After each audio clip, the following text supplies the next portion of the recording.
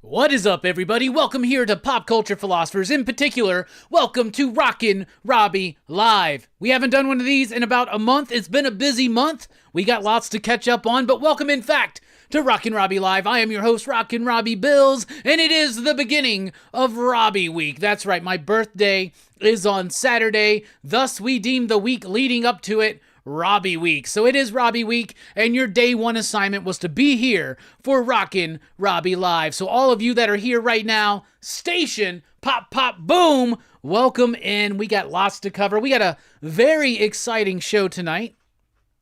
We will be revealing the DC sneak peek. I have read the new DC books that I wanted to read for this upcoming week, and I got thoughts on them. We're going to share those.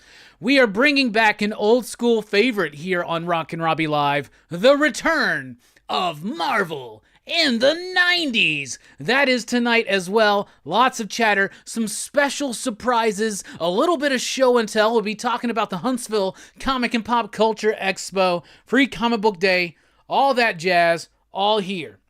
And even though we may be a little bit rusty, having been a month off of Rockin Robbie Live, we are ready to deliver a spectacular, slam-bang, awesome show tonight. And even though we have a plan, grandiose some may call it, this show is driven, fueled if you will, by your questions, your thoughts, your comments, and your concerns. So get them in right now. Throw up a station in the chat. Throw out a pop, pop, boom. Throw out a question. What do you want to chat about? Coming up here on PCP, we do, of course, got PCP Movie Night tomorrow night. We are kicking off Cruise Choice with a little mini-fest within the larger fest of Cruise Choice called Anime. So the first 4 Cruise Choice picks have to be anime movies. It's Robbie Week. I get the first pick. My pick is Akira, or Akira, however you want to pronounce it. One of my favorite films. Love the comic book series. Love the film. I think it's one of the greatest animated features of all time. That's tomorrow night, 8 p.m. Central Time on PCP Movie Night. We now pause for station identification.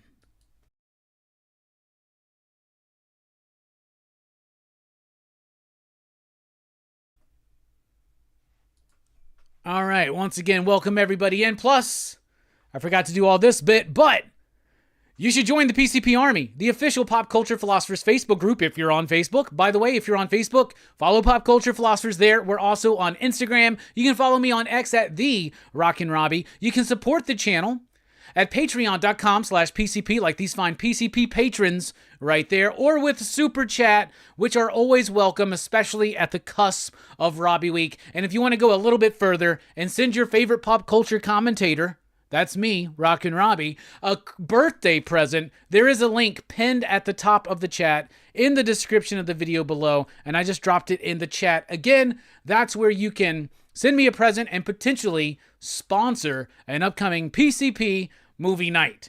All right, we are going to be revealing the rest of the lineup for PCP movie night in May and June, all of Crew's Choice. So just to break it down again, the way that we're doing it is Crew's Choice goes as normal. Basically, every regular member of the excitable PCP crew that populates the panels of PCP movie night will get a pick of a movie. But the first 4 picks have to be anime films, and that will be a pick from me, which is Akira, Hammer Time Holeshoe, Brooks, and Jelani. And then we've got picks from Joe Corallo, Fable, Verno, John Spilio, Mr. Castle himself, and Steph, Missing Link. So we will be revealing those a little bit later on in the show, the entire lineup of PCP Movie Night in May and June, which will lead us up to July. That's Action Fest. After Action Fest, there's a little bit of a hiatus, and then it's Horror Fest, baby. Horror Fest is already almost here. All right, let's take a look at the chat, see what everybody's saying. We got Rogue Collecting here with a station, everyone. Well, thank you so much. Nice to see you here. We got Derek in the house with his little dinosaur dude. That's awesome. Southside Ronan saying, where the hell have you been? Yeah, where have I been? Where have you been? I guess not here on Rockin Robbie Live, because I haven't been here on Rockin Robbie Live, but it's been a crazy month. Let's see. Let's recap. So the last time we did a Rockin Robbie Live, I was planning on being live the following week, even though I had a camping trip scheduled for that Saturday night. Okay, so I did a camping trip with my buddies from Signal and Noise, which is the paranormal show that we're putting together. In fact, to help film the last episodes, my buddy Scott started a Kickstarter, and I'm going to share that link right now too. It's a very modest Kickstarter just to basically set up a control room for the remaining investigations that we're doing. But yes, I am a part of a paranormal show. You've seen some of the trailers and clips here on the channel. I just dropped the Kickstarter. We'll be talking about that more and more as the weeks progress. Anyway, if you feel so inclined, help them out. You can also help us out with Super Chat or by buying me a Christmas present, a birthday present, or anything like that. But all the support we need is a like, a share, subscribe. So be sure to do all those things if you haven't already. Be sure to like the video, y'all. Helps us out a lot. Anyway, so we were going to go on a camping thing and see if we could experiment with some things to result in some things. Basically what happened was we had a really great time together camping, and we had a very profound experience. Some had a different type of profound experience, but I had a profound experience. A lot of us had all 3 of us had a profound experience in one form or fashion. Maybe the story will be told on one of these episodes of Signal and Noise. However, after everything was said and done, it was time to go to sleep. We had this beautiful giant tent, and the temperature went down to like 37 degrees that night. 37 degrees. Now, when we don't camp typically. Like, I used to go camping all the time, but I haven't been camping in a long time. I didn't have any camping gear, right? None of us did. So we thought we had found a steal at Academy Sports by finding $10 sleeping bags. $10 sleeping bags probably going to be fine in May and June and July. Definitely not fine when it's 37 degrees overnight. Out of nowhere, it got cold again. It got cold again that weekend. That was one of the most miserable experiences trying to sleep in my life. The only thing that is worse than that was trying to sleep in the hallways of the emergency room 10 years ago when I was riddled with a gnarly infection, about to die, had to have emergency surgery, and they didn't have a room for me, and I'm out there in the hallway overnight anticipating my near death and my surgery at like 7 in the morning. I'm there overnight in the middle of the hall in the ER, which is a very chaotic, loud place to be. It was rough. However, trying to sleep in a shitty little fucking, my very first fucking sleeping bag campsite, or something like that. My very first camping trip sleeping bag. That was not fucking fun. We got up, left as early as we could, got the fuck out of there, got home. I had a show that day. I had to do the Masters of Horror show with Verno over at Blood Splatter Chatter. And I was actually a few minutes late because I had fallen the fuck asleep, slept through my alarm. Because who knows how much sleep I actually had the night before. I mean, we tried to go sleep at 2, wound up getting up at 6 and getting the fuck out of there. So between those 4 hours, there was not much sleep to be had. It was miserable. It was a miserable experience. But we're going to do it again because the weather's nicer now. So there's that. So there was that weekend. And after doing Verno's show, I was just like, I can't do Rockin Robbie Live tonight. I got to rest. I got to get ready for the rest of the week. So we didn't do it then. Then the next weekend was WrestleMania weekend, which I was already planning on taking off so that I could enjoy WrestleMania. And we watched it. We had a nice little show about it here on the channel with Fable, Brother Joe, Jelani, Mike the Voice Matthews, and Big Herm. So that was fun. But anyway, so WrestleMania. The week after WrestleMania was the Huntsville Comic and Pop Culture Expo. I had 8 panels I was doing that weekend. I was all over the fucking place. I was tired. I was all kinds of crazy shit. And then this weekend's Free Comic Book Day, which is the busiest day of the year for most comic book retailers, my shop included. It was a very busy, chaotic day. It's been a busy, chaotic month. But as we say here on Rockin Robbie Live, embrace the chaos. So that's what's been going on with me. A camping trip that slightly went awry, that canceled a Rockin Robbie Live, WrestleMania weekend, Expo weekend, and now here we are. Finally back together again, here on Rockin Robbie Live. And I have gifts, because I'm bringing you Marvel in the 90s tonight, for the first time in over a year. Over a year, really, think about it. It's crazy. Anyway, Southside Ronin, that's where I've been. Nice to see you here. Love from Chicago. All right, we get Eddie Von B with a pop, pop, boom. Dude, nice to see you here. Appreciate it. Pete up in the house saying, station everybody, happy Robbie week. Hope you all had a great Free Comic Book Day. Yeah, let me know. How was your experience on Free Comic Book Day? Did you have a good day? Did you get some good stuff? Did you pick up some stuff on good deals? Did you get some good free comics? I grabbed a small stack of them. I haven't read anything yet, except for Thundercats Powerpuff Girls, which I read weeks ago in preparation for an interview I did with the creators. And then I read the Energon one as soon as it came in. But those are the only 2 I've read so far. So Eddie says, Robbie, did the Valiant Zombie Apocalypse Free Comic Book Day book get canceled? No one around here had it yesterday. Yes, that was one of the 8 or 9 Free Comic Book Day books that got canceled. As soon as Diamond mentioned their bankruptcy, there was a lot of uncertainty in the air. There still is a lot of uncertainty in the air. The Diamond story's been up and down. It's been a roller coaster of not love. But so that craziness was going on, and a lot of people just said, you know what, screw it. So like Mad Cave dropped some stuff. Our buddy Joe Corallo had his Free Comic Book Day book canceled. Fantagraphics canceled their Lost Marbles one, and that Valiant book was one of the ones that got the cut. Yo, we got Eric from 9 Panel Grid in the house. We just had a great show on Friday. It was the Best Comics of the Month stream, the previously award-winning Best Comics of the Month. Hey, CBC Awards are having a big announcement this upcoming Friday. They're going to be explaining the show and the categories. They're probably going to be open nominations soon. So keep that in mind. It's time for the rebound in the year of the heel. Jay is here from Hydra Asylum Comics saying, nice thumbnail. I'll try to catch the rewind, helping Kyle with the show. Have an awesome show. And Station, well, you have a great show as well, Jay. I don't know why you would compete against Rockin Robbie Live. I mean, I gave you a few Sundays there on your own. There were tumbleweeds here at PCP on Sunday nights. However, that shit's over now. So, it's back. So you better think about that. All right. The cusp. The cusp.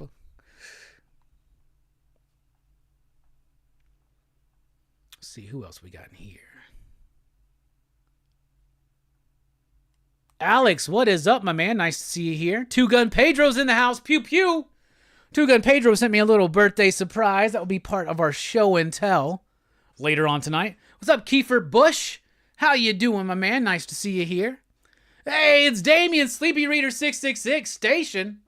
Pop, pop, boom, man. Nice to see you here. Saw that you dropped a video recently. I've been itching to check it out. Haven't yet. But also appreciate the birthday present that you sent me. I got it last week. I'll be showing that off during show and tell. You have sponsored a PCP movie night. Expect it in January of 2026.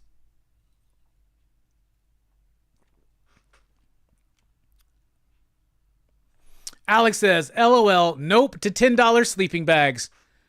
I agree. Next time I do this shit, I think I'm taking an air mattress. I think I'm going to find an air mattress twin size, right? The sleeping bag will be fine today. You know what I'm saying? But like not when it was a freak occurrence where it just got cold again that fucking weekend. It was ridiculous. Had it been 50 degrees, it would have been fine. But 37 degrees, it was crazy.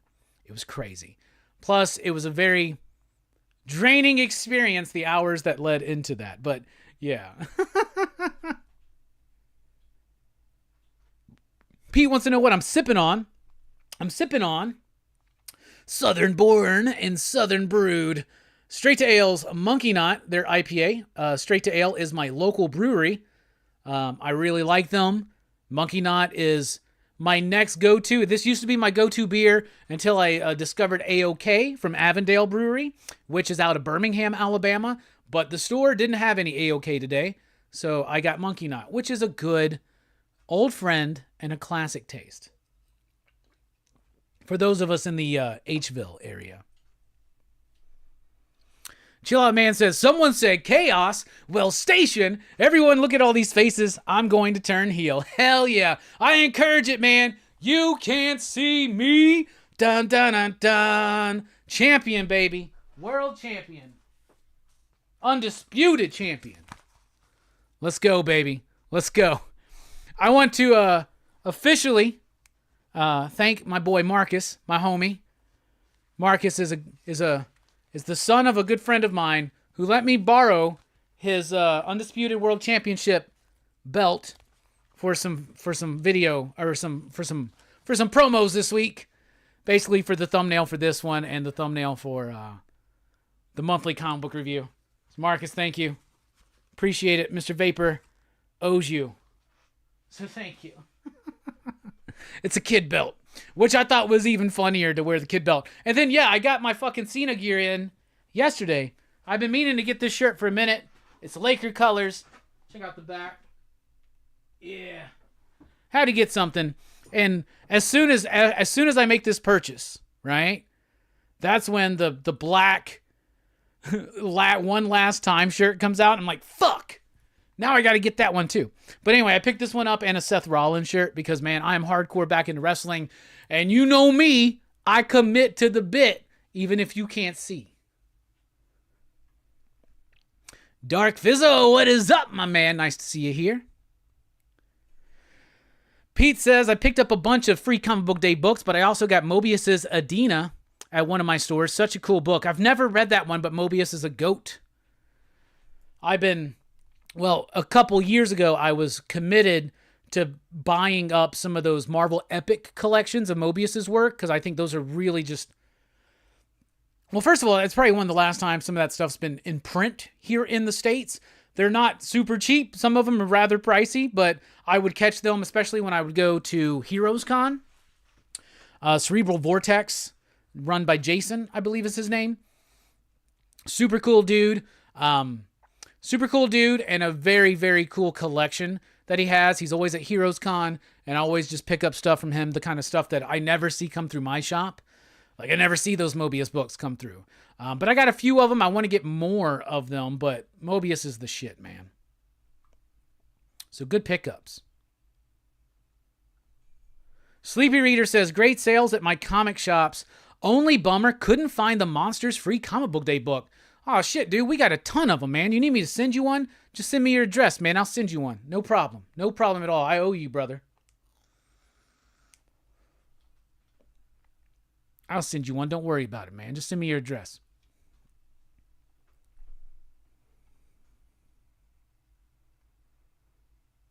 Dynamite says, my LCS sucks. They only allowed 4 free comic book days per person. Well, here's the thing, right? And I know it sucks not to grab whatever you want and all that kind of shit. Every store does it a little bit different. The way my store does it is this way. If you just come in to grab some free comics, you get 5. You get to pick 5. Each person gets to pick 5 of the free comics. If you make a purchase, you get 5 more.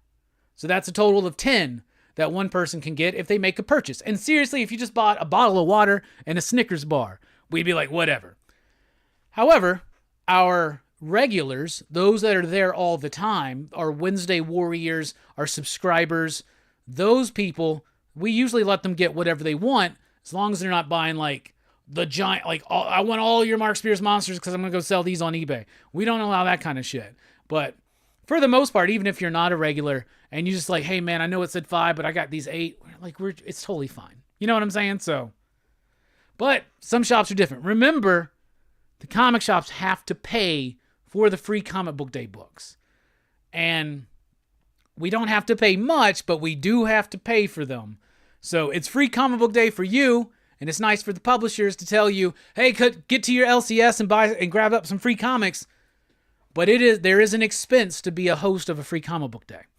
So it's understandable. Plus, you want to make sure that you have enough supply for everybody. So maybe Dynamite, if you went back and they didn't get rid of all their stuff, because we always get so much, we rarely get rid of all of it. We have free comic books that we're giving away, for the next few weeks, but it sucks. If there's anything you're missing, shoot me an email and I'll see what I can do.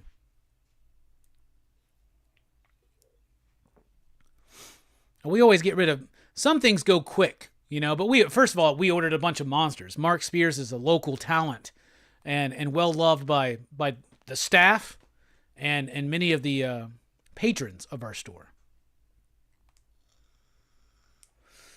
Yes, Southside, sticking with Breaking Bad. As promised, I have watched the 2nd episode of Breaking Bad. I watched it today because I wanted it to be fresh in my mind.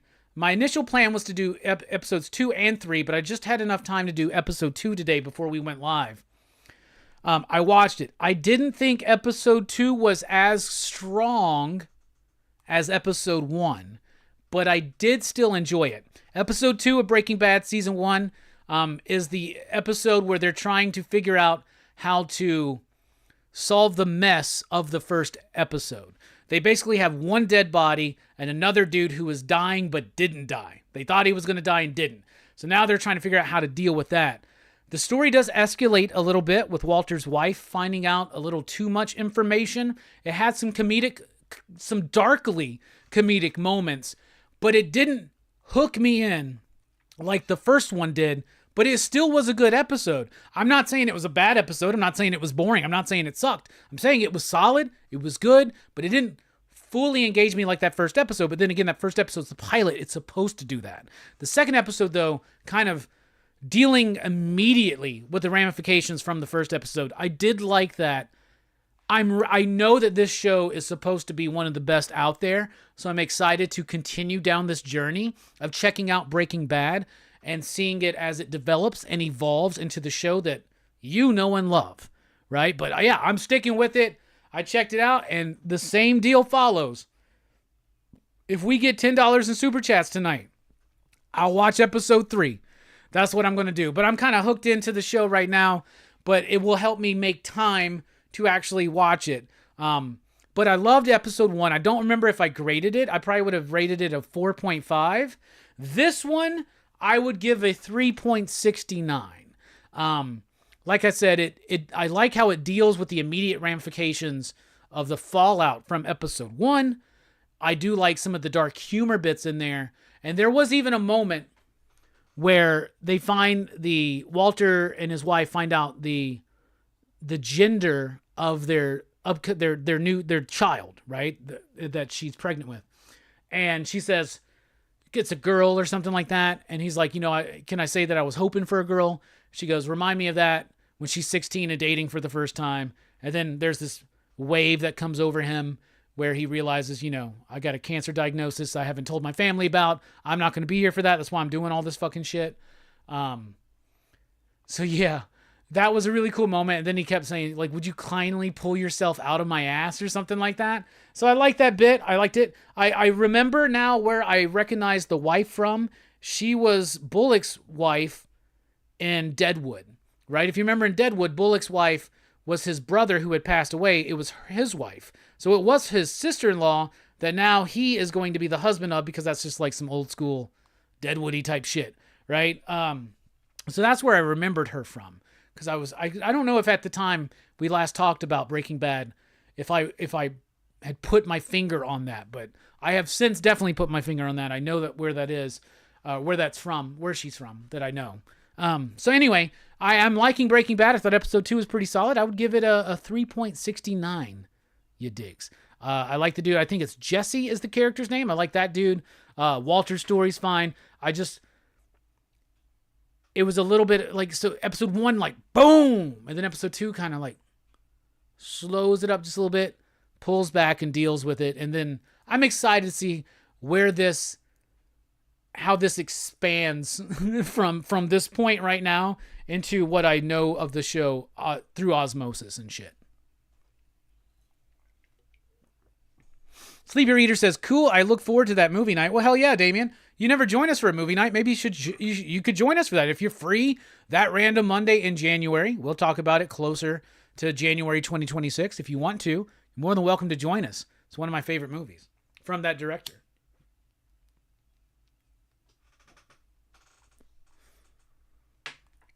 Chill Out Man says, I don't sleep in sleeping bags. Friday the 13th scared the fuck out of me. Yeah, there was something rummaging outside of our tent in the middle of the night too. That kind of scared the shit out of me. Joe Slag is here, says, on Free Comic Book Day, I enjoyed Conan and the Energon universe. Hell yeah, the Energon universe was dope. Big revelation we've been waiting to be spilt involving G.I. Joe. I was going to grab my Free Comic Book Day books to show you what I picked up, but I picked up some of them like weeks ago, so I don't know where my Powerpuff Girls Thundercats is or my Energon universe special. I don't know where they are. Other than that, I grabbed the Fantastic Four one. I grabbed the Ultimate Marvel one. I grabbed the DC All In. I haven't read any of these yet, and I had access to them weeks ago, and I just haven't made the time. I should say. I don't think we should say things like I don't have the time. I think we should say things like I haven't made the time, because we can all make time for things. But I get it, at the same time, life gets fucking crazy. You know what I'm saying? So at the same time, I could have made time for Rockin Robbie Live, but I didn't. I guess is what I'm saying. I don't know. What an asshat I am. Leaving y'all hanging for a month. Whatever. The Energon one was really dope, though. That's the one I've dug the most. But anybody read that Thundercats Powerpuff Girls one? It was a crossover nobody was fucking expecting, but it's pretty fucking cool. Pretty cool. So there you go. Pete says, hell yeah, dude. IPAs are good. Hell yeah, Pete, if you're ever in Huntsville or in the area, I believe they sell this around. So yeah, check it out. Well, thank you, Dark. Love the belt. Sweet stuff right there. Chill Out Man says, undisputed champion. You know it. Edson here with the station. Speaking of undisputed champions, we have Backlash already. We just did WrestleMania. Backlash is this weekend on my birthday. My friends don't even know it yet, but I'm going to try to hang out with them on my birthday for free comic book day. For Backlash. That's my plan right now. I was going to go, I had media badges to go to FrankenCon, but there's been a lot of kerfluffle with finances lately, and there's just no way I can afford to go to meet the people I wanted to meet and actually be able to do it. Even though I got a media badge, it costs money to meet these people. Joe Bob Briggs, Darcy the Mail Girl, Kelly Maroney, Michael Berryman. I've already met him. Dee Wallace is going to be there. Rhonda Shears from USA Up All Night. I kind of regret it, but you know what? I go to these horror cons. The chance will come back around, I'm sure.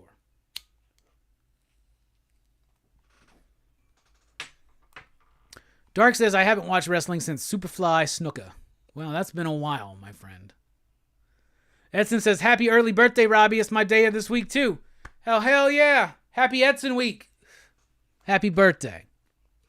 And many more.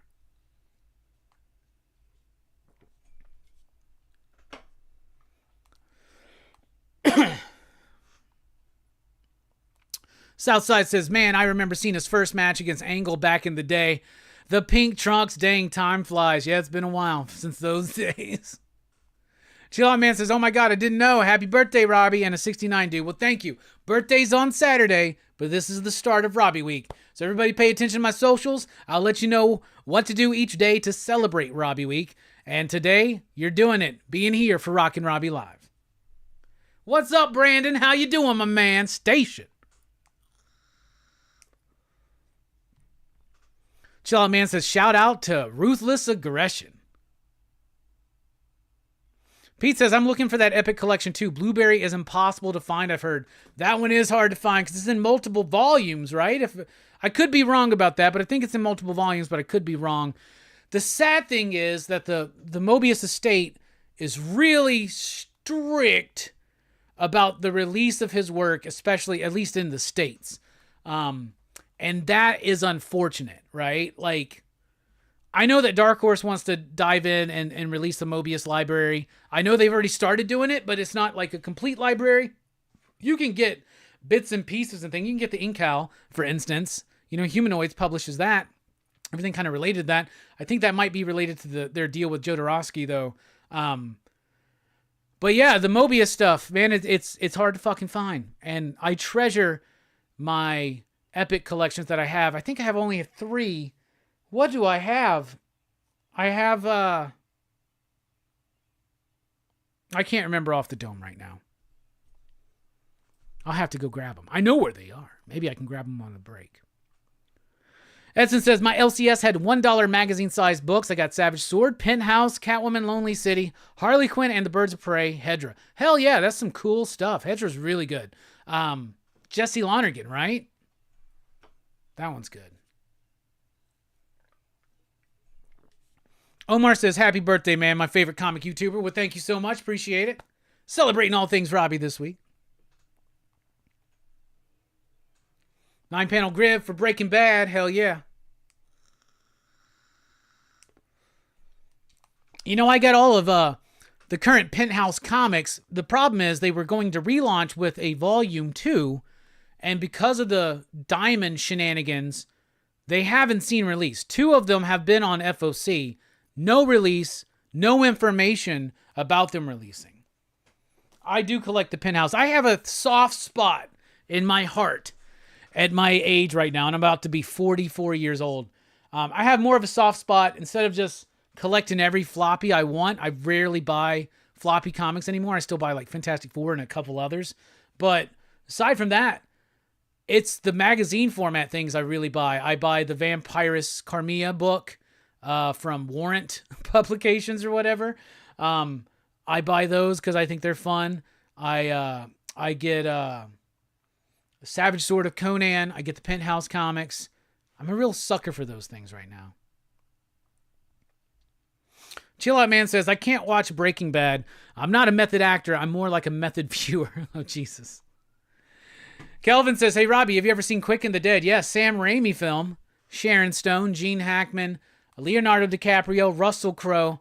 Really fun movie. I remember really, really liking it. A Western that's a little bit hip for its time. Maybe a little bit too hip for our time. And definitely directed by Sam Raimi. Haven't visited that one in a minute. It has been recently brought up multiple times in conversations. After not talking about it for years, it has been brought up in multiple conversations I've had with multiple people. Seems like Quick and the Dead is finding itself fast-tracked to PCP Movie Night 2026. Let me write a note that I'll probably never look at again. For instance, I've written myself so many notes to put Way of the Gun on for PCP Movie Night, and I still have yet to do it.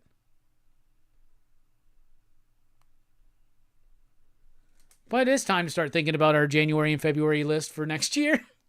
We plan very much ahead on our... we plan very far ahead for PCP Movie Night. But yeah, I remember loving Quick and the Dead. I haven't seen it in like 15 plus years, though. Dynamite says, so I noticed there is an Energon Universe special book scheduled for release on May 14th. Do you know if it's the same thing as the Free Comic Book Day issue or if it includes more? It's selling for $3.99. It's the exact same book. Different cover, exact same book. They did it last year. It's the exact same thing. It's just the same book for $3.99. William says, what is the next con you will attend? The next con was going to be FrankenCon this weekend, but I don't think that's going to be able to happen. Outside of that, it's going to be Heroes Con in Charlotte in June. I will be at Heroes Con in June. The Will Eisner comic was great, says Contemporary Comics. I've got that one too. I did pull that one. I pulled a couple others. I can't remember what they are right now. Yesterday it's been busy. It's just been busy. But I did grab the Will Eisner one. It's like a biography or something, right? Glad to hear you liked it. 62 Lefty Blue says, live your life. We'll be here when you get back. Well, I appreciate it. And I see that right now, 62. By the way, thank you so much. You sent Verno Don't Look Now. Verno already had it. Sent it to me. We covered that today. I just feel bad because I was exhausted on Friday night and watched that movie. And I was just like so fucking lost and confused. And I felt like, fuck, I don't really know what I got to bring on Sunday. So I did a bunch of research, and that research made me go, damn, I need to rewatch this movie. I missed a lot of that. So I hope you enjoyed it. But thank you so much. Indirectly, you sent me that movie. So Station, we'll consider that your birthday present for this year. Celebrating Robbie Week. Love you.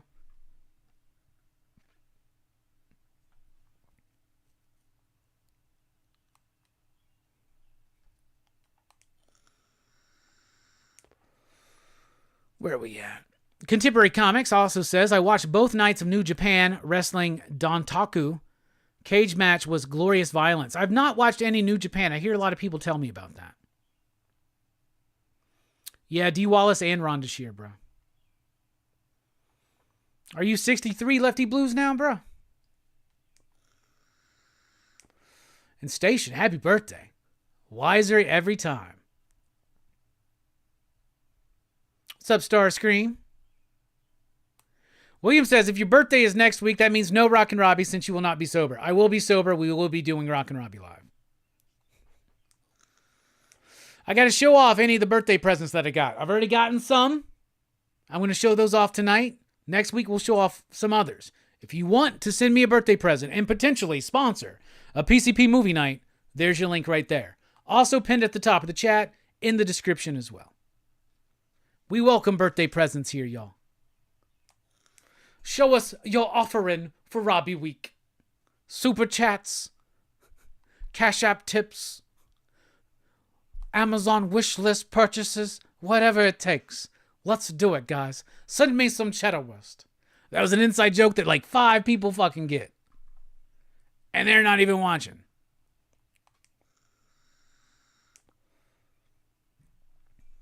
Chill Out Man says, shoot, promo, you're going down tonight, Robbie. My 4 final girls versus your 4 final girls in a 4-way, hee-hee, tag match. My 4 is... Guess we'll get to that later. Damien says, the state of Mobius availability is atrocious, sigh. I paid a ton for some of those Marvel volumes. Yeah, they're pricey, but I like them. I like them. And I remember hearing that the person who did the lettering did their best to mimic Mobius's lettering, but in English. And I hear that there's some of the Mobius's favorite translations and reprints of his work. So I think they're worth having, but it is atrocious. Mobius, just like Otomo, we have Akira. You can easily get Akira, but Fireball, and there's other ones. I'm forgetting Domu, right? There's works that you just can't fucking find in the States, and it's bullshit. Mobius, Otomo, these two are like Kirby. I can go find any Kirby comic I want, pretty much, through some form, right? Why not Otomo and Mobius in the States? We really, as an industry, I think, need to more fully understand and represent and bring in the umbrella of European comics and Eastern comics. And I know that manga is a big thing, but there is this weird divide that some people say, well, I'm a comic fan, I don't like manga. Manga is comics. You know what I'm saying? Akira is one of the best comics of all time. Doesn't matter if it's a manga because it was made in Japan or something like that. And then the European stuff, right? And I get it's a different sensibility. Now, a lot of the youth really gear their heads towards that Eastern form of the medium, right? With the manga and shit like that, right? But, man, we have some of the best comics we have of the 90s, 80s, and 90s because of the influence of the European comic book market on creators like Alan Moore, Neil Gaiman, Warren Ellis, Garth Ennis, Grant Morrison, Pete Milligan, literally came in and changed up what American comic books could be. That is a direct influence of books like 2000 AD and the French books like the Mobius stuff or Heavy Metal, which Heavy Metal returns this week. I got my copy. I got the Frazetta cover out there in the kitchen. It's a big, thick one. I'm not going to be able to read it in time for the weekly comic book review, but maybe I'll go grab that during the break. But yeah, we need way more Mobius works available easily here in the States. 62 Lefty Blue says, I did the Metal Hurlant Kickstarter, and one of the extras let me order Mobius the complete Arzak big hardcover. It's French, but Arzak has no dialogue. Awesome book. That's fucking dope. Charlotte Man's Final Four is Dee Wallace, Sigourney Weaver, Elizabeth Shue, and Jamie Lee Curtis. Who am I picking? Shit. Well, I gotta... Okay. Fuck, dude. You put me on the spot. Chill out. Sydney from Scream, number 1. Sydney from Scream. Nancy from Nightmare on Elm Street. Who else I got? So Nancy and Sydney. That's a no-brainer. Final Girls. We'll put in Linnea Quigley on there just because. In particular, let's pick the character Spider from Creepazoids because she's badass. She survives. She's one tough chick. So, Spider from Creepazoids, Nancy from Nightmare on Elm Street, Sydney from Scream, and for my final girl, to round out my team, Linda Hamilton, Terminator. I think I got you beat, brother. Just saying. Yeah, Dark Horse publishes the Adina stuff. Yes. And they publish Inside Mobius, I believe, didn't they? Derek says Distillery puts out some great stuff, all mag size. Yeah, they do. 62 likes The Quick and the Dead. Southside said, what's your read of the week? My pick of the week was Godzilla versus Spider-Man. He just had so much fun with that one. Way of the Gun was McQuarrie's first movie. Yep. First movie directing. He, of course, was the writer of The Usual Suspects. I was a big fan of The Usual Suspects. And when I found out that Christopher McQuarrie was doing a movie called Way of the Gun with Ryan Philippe and Benicio del Toro, Taye Diggs, Nicky Katt, R.I.P. Nicky Katt, by the way, just recently passed away. James Caan, so fucking amazing in that movie. The dialogue is so amazing. I love that movie. It's a Western anti-action movie. And I love it. Jelani hates it. I cannot wait to cover it here on the channel. I've always been a big proponent of that movie. Victor Von Doom says Grauman's final issue is this week. I know it is. I got it in my room over there, but I haven't read it yet.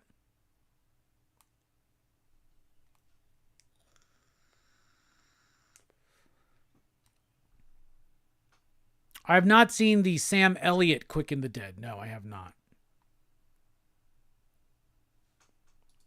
Oh, I thought I put the Amazon link back up. Instead, I put the Kickstarter back up, which is fine. Ba-dum, ba-dum, ba-dum. Pardon me for a second here.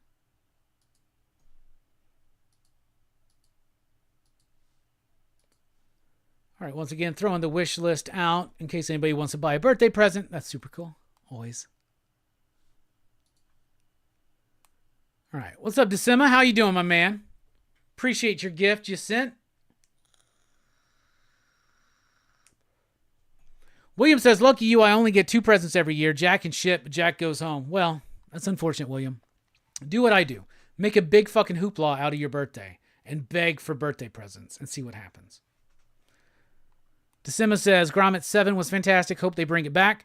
Kelvin with Super Chat saying, preach, Robbie. We appreciate that. Thank you so much for the birthday love.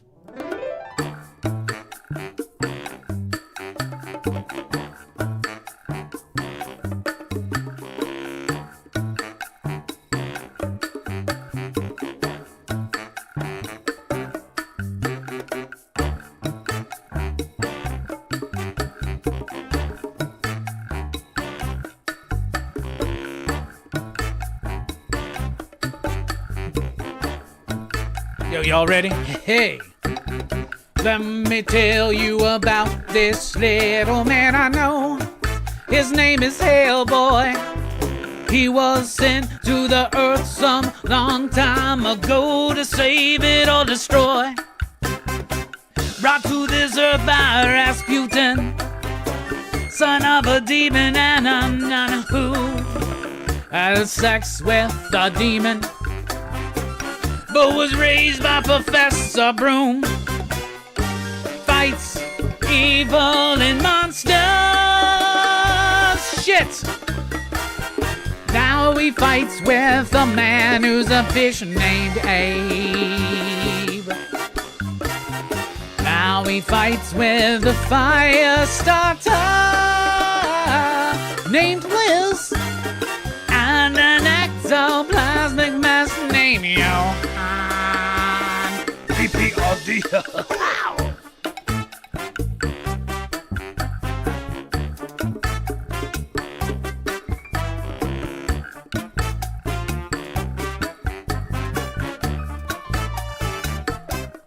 Thank you so much, Kelvin. We really do appreciate that. That helps me feel loved and worthwhile in this life, and it also helps keeps the blue and pink lights on in the background. So thank you so much. Chill Out Man says, thanks for explaining it, Robbie. I always thought manga was comics turned into movies like The Guyver. No, a lot of them are comics first, like Akira. But then the movie happened, and then the comic book finished. And they're very different in aspects, but very similar in many aspects. Decima says, glad you loved the Mark Spears cover of Youngblood. Yes, I sure did. I got it over there for a show and tell coming up. Spider over Trash. Okay, I guess you liked them alive. You said Final Girl. Spider's going to help protect me. Trash, not so much. She was one of the first ones got, bro. I might have won this time, but I'll be back. All right, and we got Southside Ronin. Keep grinding Breaking Bad. Wait till you meet Heisenberg. Happy birthday, bro. Well, thank you so much. We appreciate that. Everybody give Southside and Kelvin some station love.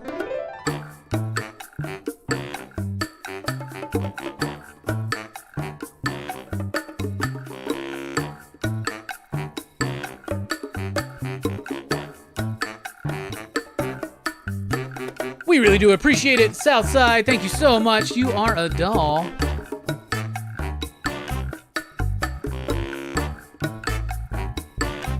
All right, let's do this one. You can see me right now. Let me tell you about this little man I know. His name is Hellboy. He was sent to the earth some long time ago to save it or destroy. Brought to this earth by Rasputin, son of a demon and a nun who had a sex with a demon, but was raised by Professor Broom. And now he fights evil and monsters. Shit! Now he fights with a man who's a fish named Abe. Now he fights with a fire starter named Liz and an ectoplasmic mess named Johan. PPRD.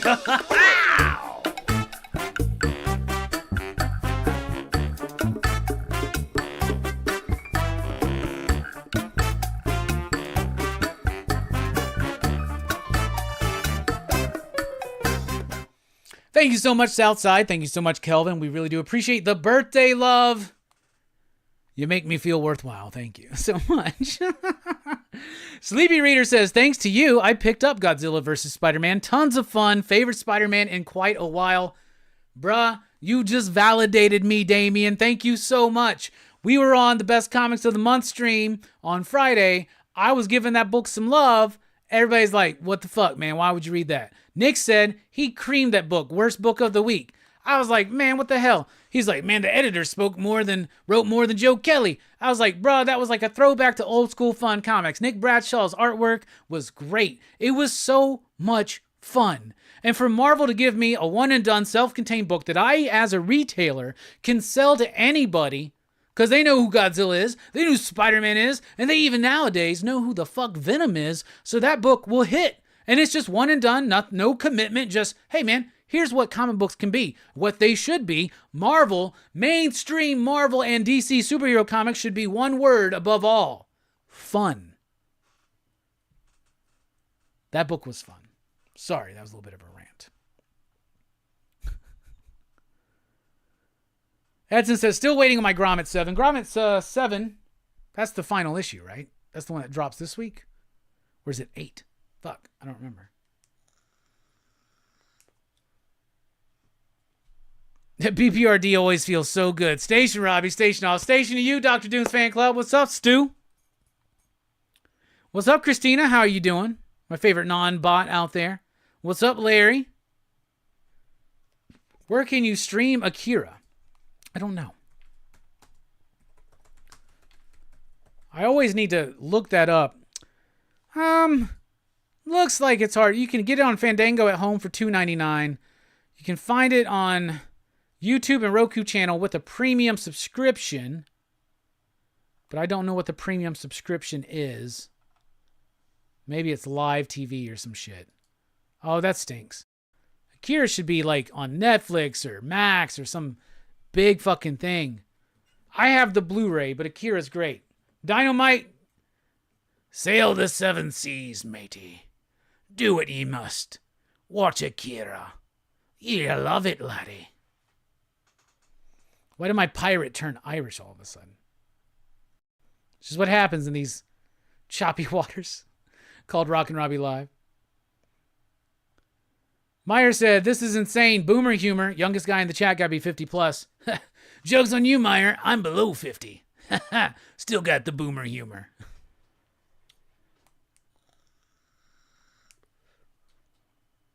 Everybody dancing to the song. Hey, we got Fable in the house. One collection down. What is up, my man? Beat says, looking to stream too. Yeah, I don't know what to do. And like I said, Fandango at home, $2.99 it says. Just get the Fandango app or some shit. Fandango at home, $2.99. Or buy the Blu-ray. If you've never seen it, you should buy the Blu-ray. It's worth it. You should also buy the fucking $200 Kodansha box set, because that's the way to read Akira the right way. One would say. One might say. One does say. Akira's worth watching. You got as of right now, you got 24 hours and 6 minutes. So, have at it, y'all. Eddie Von B with a super chat. Happy birthday, matey. Heel of the year. Appreciate it, man. All right, we're about to take a quick break. We're going to go out on the Hellboy song. And I want y'all to sing along with me.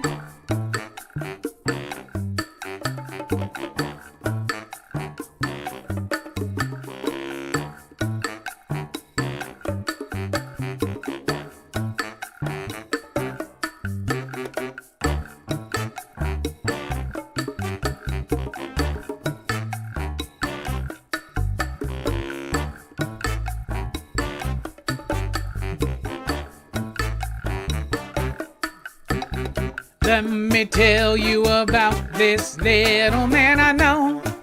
His name is Jason, but not just any Jason from a silly movie. It's the one from the NES, yo. Do you remember that game when it came? I thought it was insane, I thought it was brilliant, but I still didn't know what to do. I would rent it every week, but not know what to do. Then the day came where I finally gave up. Or maybe the video store closed down from lack of rentals. Then when I tried to build it back up, I still knew not what to do and died. Friday the 13th on NES. What? Ugh. Remember that shit? That game? I do.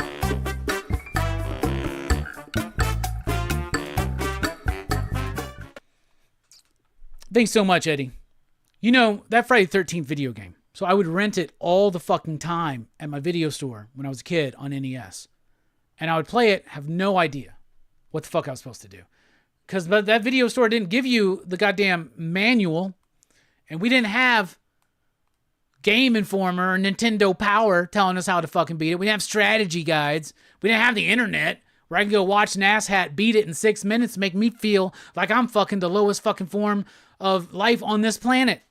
Because I can't figure out how to beat this game. I have studied YouTube videos. I have looked at what you need to do in what order to be able to beat this fucking game, right? I have sent these videos to my friends thinking that maybe we could do it together. I had Brooks and Jelani over and others. We were very deadly serious. I was, at least. They didn't do the fucking research. I literally drew a fucking map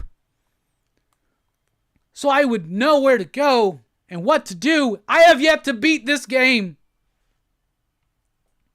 The one thing I want for my birthday is to have a retro game night this week with my homies, and I plan on doing that. And beat Friday the 13th, but I know that ain't gonna happen. You know what's gonna happen? We're gonna play some Mario shit. Because we can play Mario. We can't even beat a Mario game in one night, y'all. We get too wasted. This is my life. Will I ever beat Friday the 13th on Nintendo? Please tell me it's possible.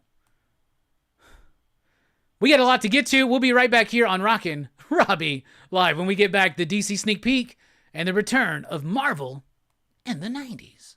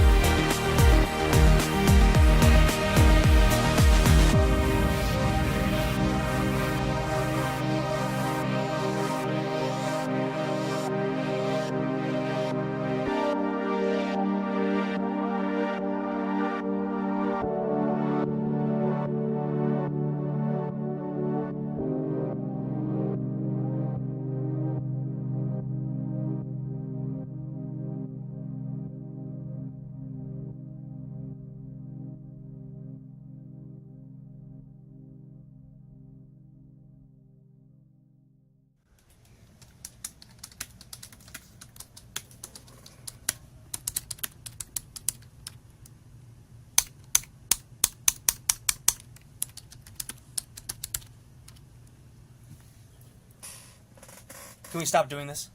Y'all know what you want to say. Just say it. He can take it. Be real. None of this. Great video! He knows. He's an asshole. Let's do it.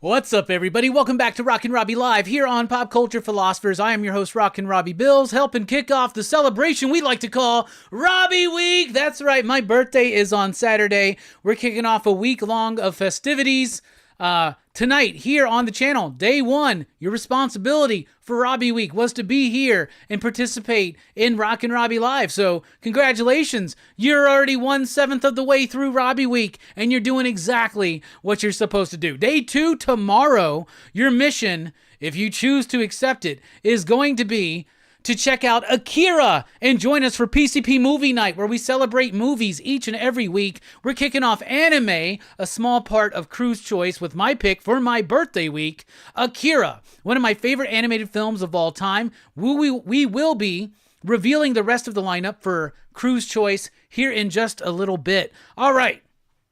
Thank you for coming back to the stream. We've already had a great show talking about Free Comic Book Day, celebrating. If you want to help support the channel, all you really got to do is hit that like button.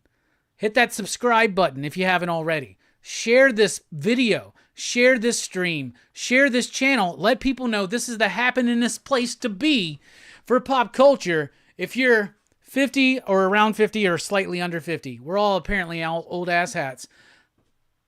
I look at my analytics. I know who's watching. You don't need to remind me. Anyway, that being said, Pete finally found a place to watch Akira online. That's awesome. If you could share that with Dynamite, maybe privately, if it's illegal. We don't want to. Fuck it. Who gives a shit? I'll approve it. Go for it. Thank you, Chocos. And I saw your invite. Let me know when you're in Knoxville, Tennessee. You're invited to a retro game night. I have NES, SNES, and Genesis and N64 in my basement all hooked up and ready to go. Fuck yeah, bro. I might have to take you up on that offer. Yeah, Anthony, we're on Breaking Bad. We just talked about episode 2 of Breaking Bad, and we have had $15 in Super Chats for Robbie Week. So that means that we're doing episode 3 next week here on Rockin Robbie Live. All right. You should follow Pop Culture Philosophers on Facebook and on Instagram. If you're on Facebook, join the PCP Army. That's the official Pop Culture Philosophers Facebook group. We got podcasts and more at popculturephilosophers.com. And you can support the channel over at patreon.com/PCP, like these fine PCP patrons right there, or with Super Chat, or with sponsoring PCP Movie Night and sending a gift and or sending a gift for my birthday, you can do so at the link I just dropped in the chat, as well at the link pinned at the top of the chat and in the description. Cash tips are also available in the description through Cash App and PayPal. Have we resorted to begging for money for our birthday? Yes, everybody should beg for things for their birthday. That's the one time people are likely to listen to you. Chokos, if you're serious, hell yeah, man. Fuck yeah. We'll have to vet you first, man. I gotta make sure you're not some kind of psycho killer. I'm sure you're not. I've had many interactions with you and yours, so y'all seem like cool. All right, y'all, before we get too distracted, let's get right into it. It's time. Believe it or not, DC is releasing comics this week on Wednesday. Believe it or not, I've read what I wanted to read already. It's time for your DC Sneak Peek. All right, first up, we got Justice League, The Atom Project, issue number 5. I've been enjoying this book.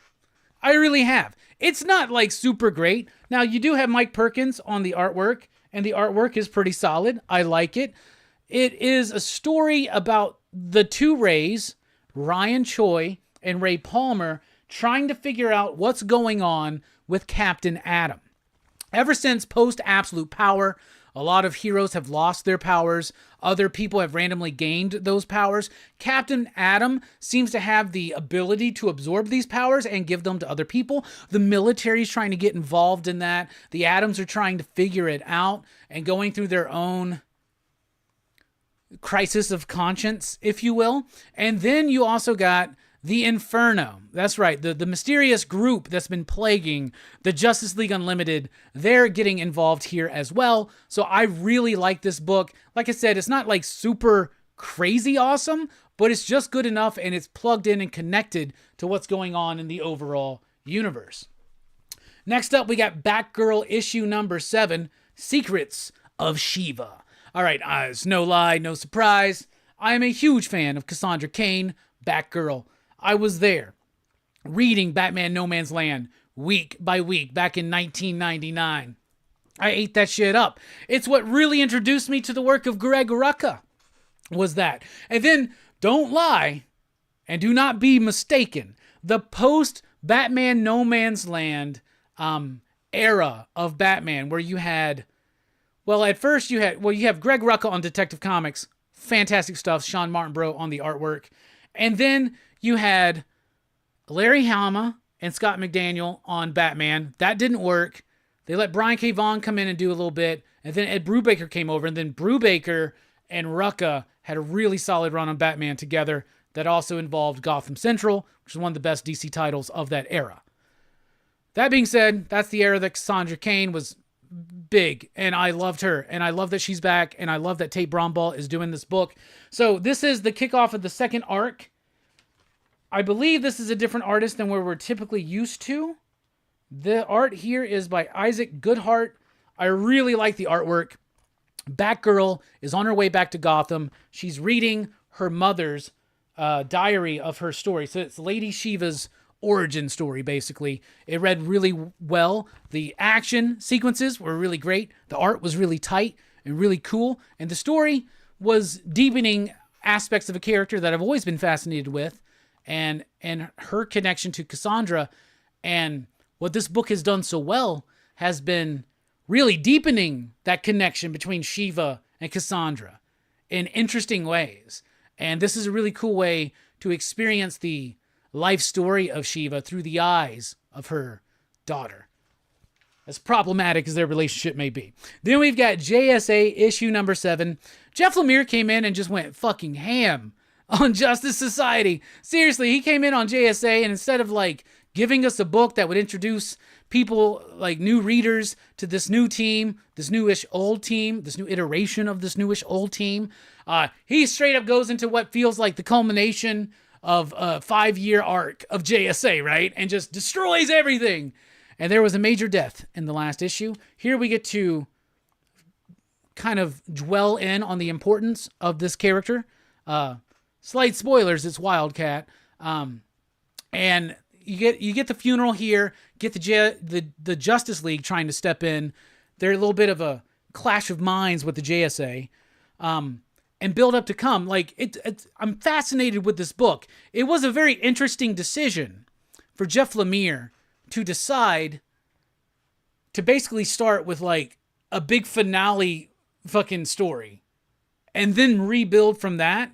So it's been a little bit off because of that.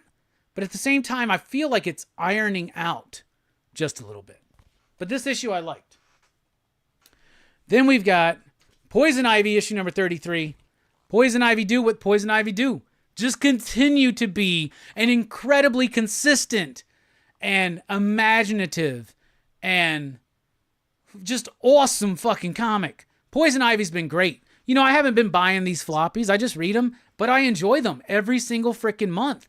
But I'm honestly thinking, man, I should get the hardcovers and snatch those up. This, I realized here at issue 33, I started reading this. I was like, this could be like Denny O'Neil, Dennis Cowan on The Question. It could be like Tom Mandrake and Joe Ostrander on The Spectre, right? This could be one of those undersung, underappreciated runs of a character that's not quite always given the spotlight. Poison Ivy obviously is a very popular character, more so than I would say The Question, more so than I would say, what was the other example I gave? The Spectre, right? But Poison Ivy's never really carried her own book, and this book has been glorious. The artwork is absolutely exceptional. Exceptional. I am invested in these characters and in this journey. I'm invested in Janet. I'm invested in Pamela. I'm invested with everything that's going on. And the artwork is just absolutely fantastic. It's got an organic quality to it. And the story has just been building up issue to issue as long-form comic book mainstream superhero storytelling should. This is a DC book doing it right. We criticize the mainstream all the time for rebooting too quickly. Scarlet Witch for 5 issues, then another reboot. Scarlet Witch for 5 more issues, then another reboot. Shit like that. This is it being done right. Let's go support this. Let's go buy the shit out of Poison Ivy because this is what we need. This is what, as we criticize what we want, let's also celebrate that we're getting what we want in certain circumstances. Poison Ivy is one of those books. Absolute Green Lantern, issue number 2. The first time I read Absolute Green Lantern, issue number 1, I didn't like it. Truth be told, I would not consider myself necessarily a fan of Al Ewing's work. I think some stuff he's done has been solid, and I think for the most part I can get invested. He's got some cool concepts, but I usually just don't vibe with the execution. The second time I read Absolute Green Lantern number 1, I liked it a little bit more. This was the first time I read issue number 2. And I rather really enjoyed it, y'all. I really liked issue number 2 of Absolute Green Lantern. It's taking a horror, like a sci-fi horror approach to Green Lantern. Hal Jordan is being kind of cast as a bad guy, maybe a little bit, but there's way more nuance to that than just, let's do something that's different just because it's different. There are big moments in this book. I'm still not quite sold on the artwork, honestly. And it doesn't really deliver any huge moments artistically. I just flipped through this book trying to find you a big moment. And I couldn't find too many that wouldn't be spoilerish.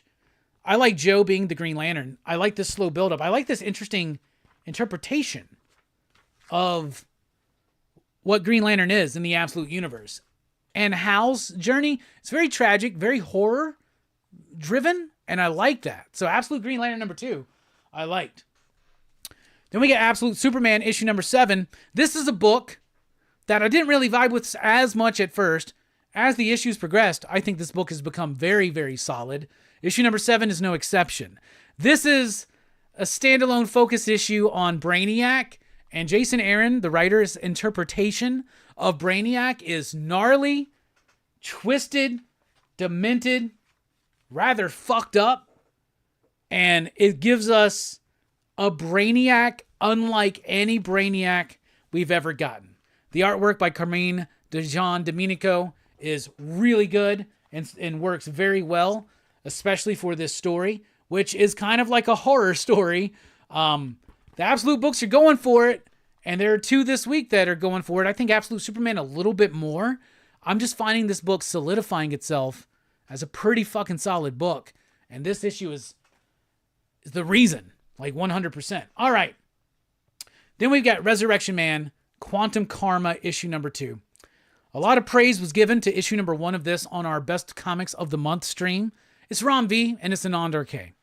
This is the team behind my book of 2019, Blue and Green. When Ron V does a book, you know we pay attention. When he does a book with RK, you know we're paying even more attention. Everybody wants to talk about when's Radio Apocalypse coming back. It probably won't, but I'm glad we're getting shit like this. Look at that. What I love about this book is it is taking the character of Resurrection Man, which is not a very familiar character nowadays, I would say, right? I do remember the Dan Abnett, Andy Lanning book. I have the first issue right over there. Don't believe me? Station identification.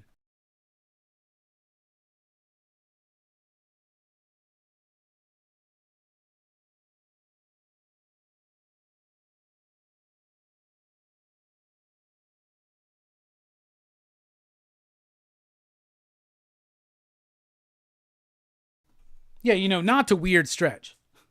But I do have it right there. I did some digging because I was thinking about it the other day. And there was a gimmick to this cover too. That's why I knew I had it.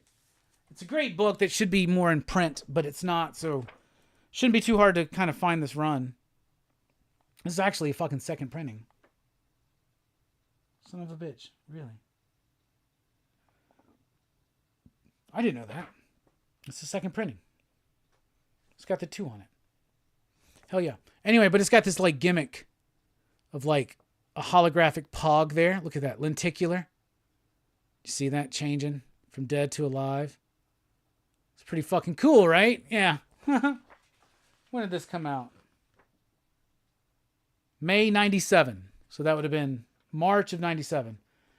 Butch Geis is the artist. We recently just lost him. Passed away just a couple days ago. He had some amazing work, including this book that the Ron B run is really leaning into this run.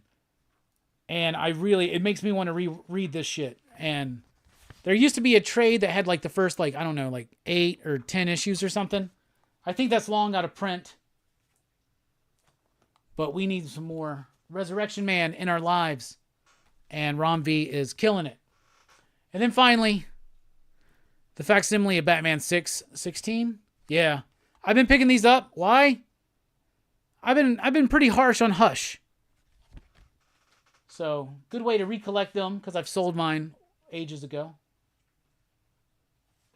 And check them out. All right, so let's recap. Justice League, The Atom Project, issue number 5. It's fun. It's okay. It's serviceable. It gets the tie-in and the job done. It's not super great, but I'm enjoying it. Batgirl is becoming really fun. This is the secret origin of Lady Shiva, told in spectacular fashion. JSA number 7, ironing out, honoring the legacy of a hero and setting up the breaking of the JSA into the new JSA or something. I don't know. We'll see. Poison Ivy is one of the most consistent, awesome books. This is what DC and Marvel need to be doing. Allowing one solid creative team with very few artistic changes. And the artistic changes are well thought out editorially. Like, they have similar styles. They work with the story. This is what we want. Consistent, long-form commitment to a series and a character. Absolute Green Lantern issue number 2, horror vibes to the Green Lantern, and I'm actually digging it. Absolute Superman continues to get better and better. This was a very creepy Brainiac interesting issue. Resurrection Man, Quantum Karma, a great tribute to the original and a bold new direction for the character. And then, of course, the Batman Hush facsimiles. And that has been your DC Sneak Peek.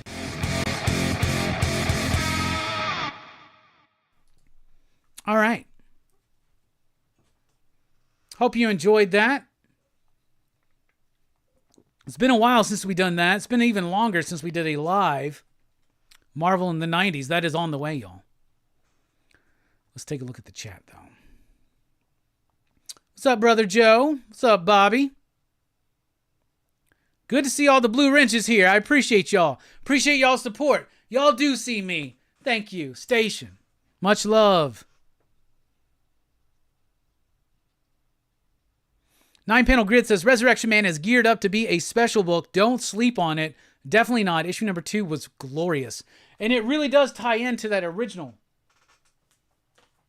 which I would encourage everybody to get. I just got this because it was a cool gimmick cover, right? Came through dollar books or some shit. Man, I miss these days of DC. I really do.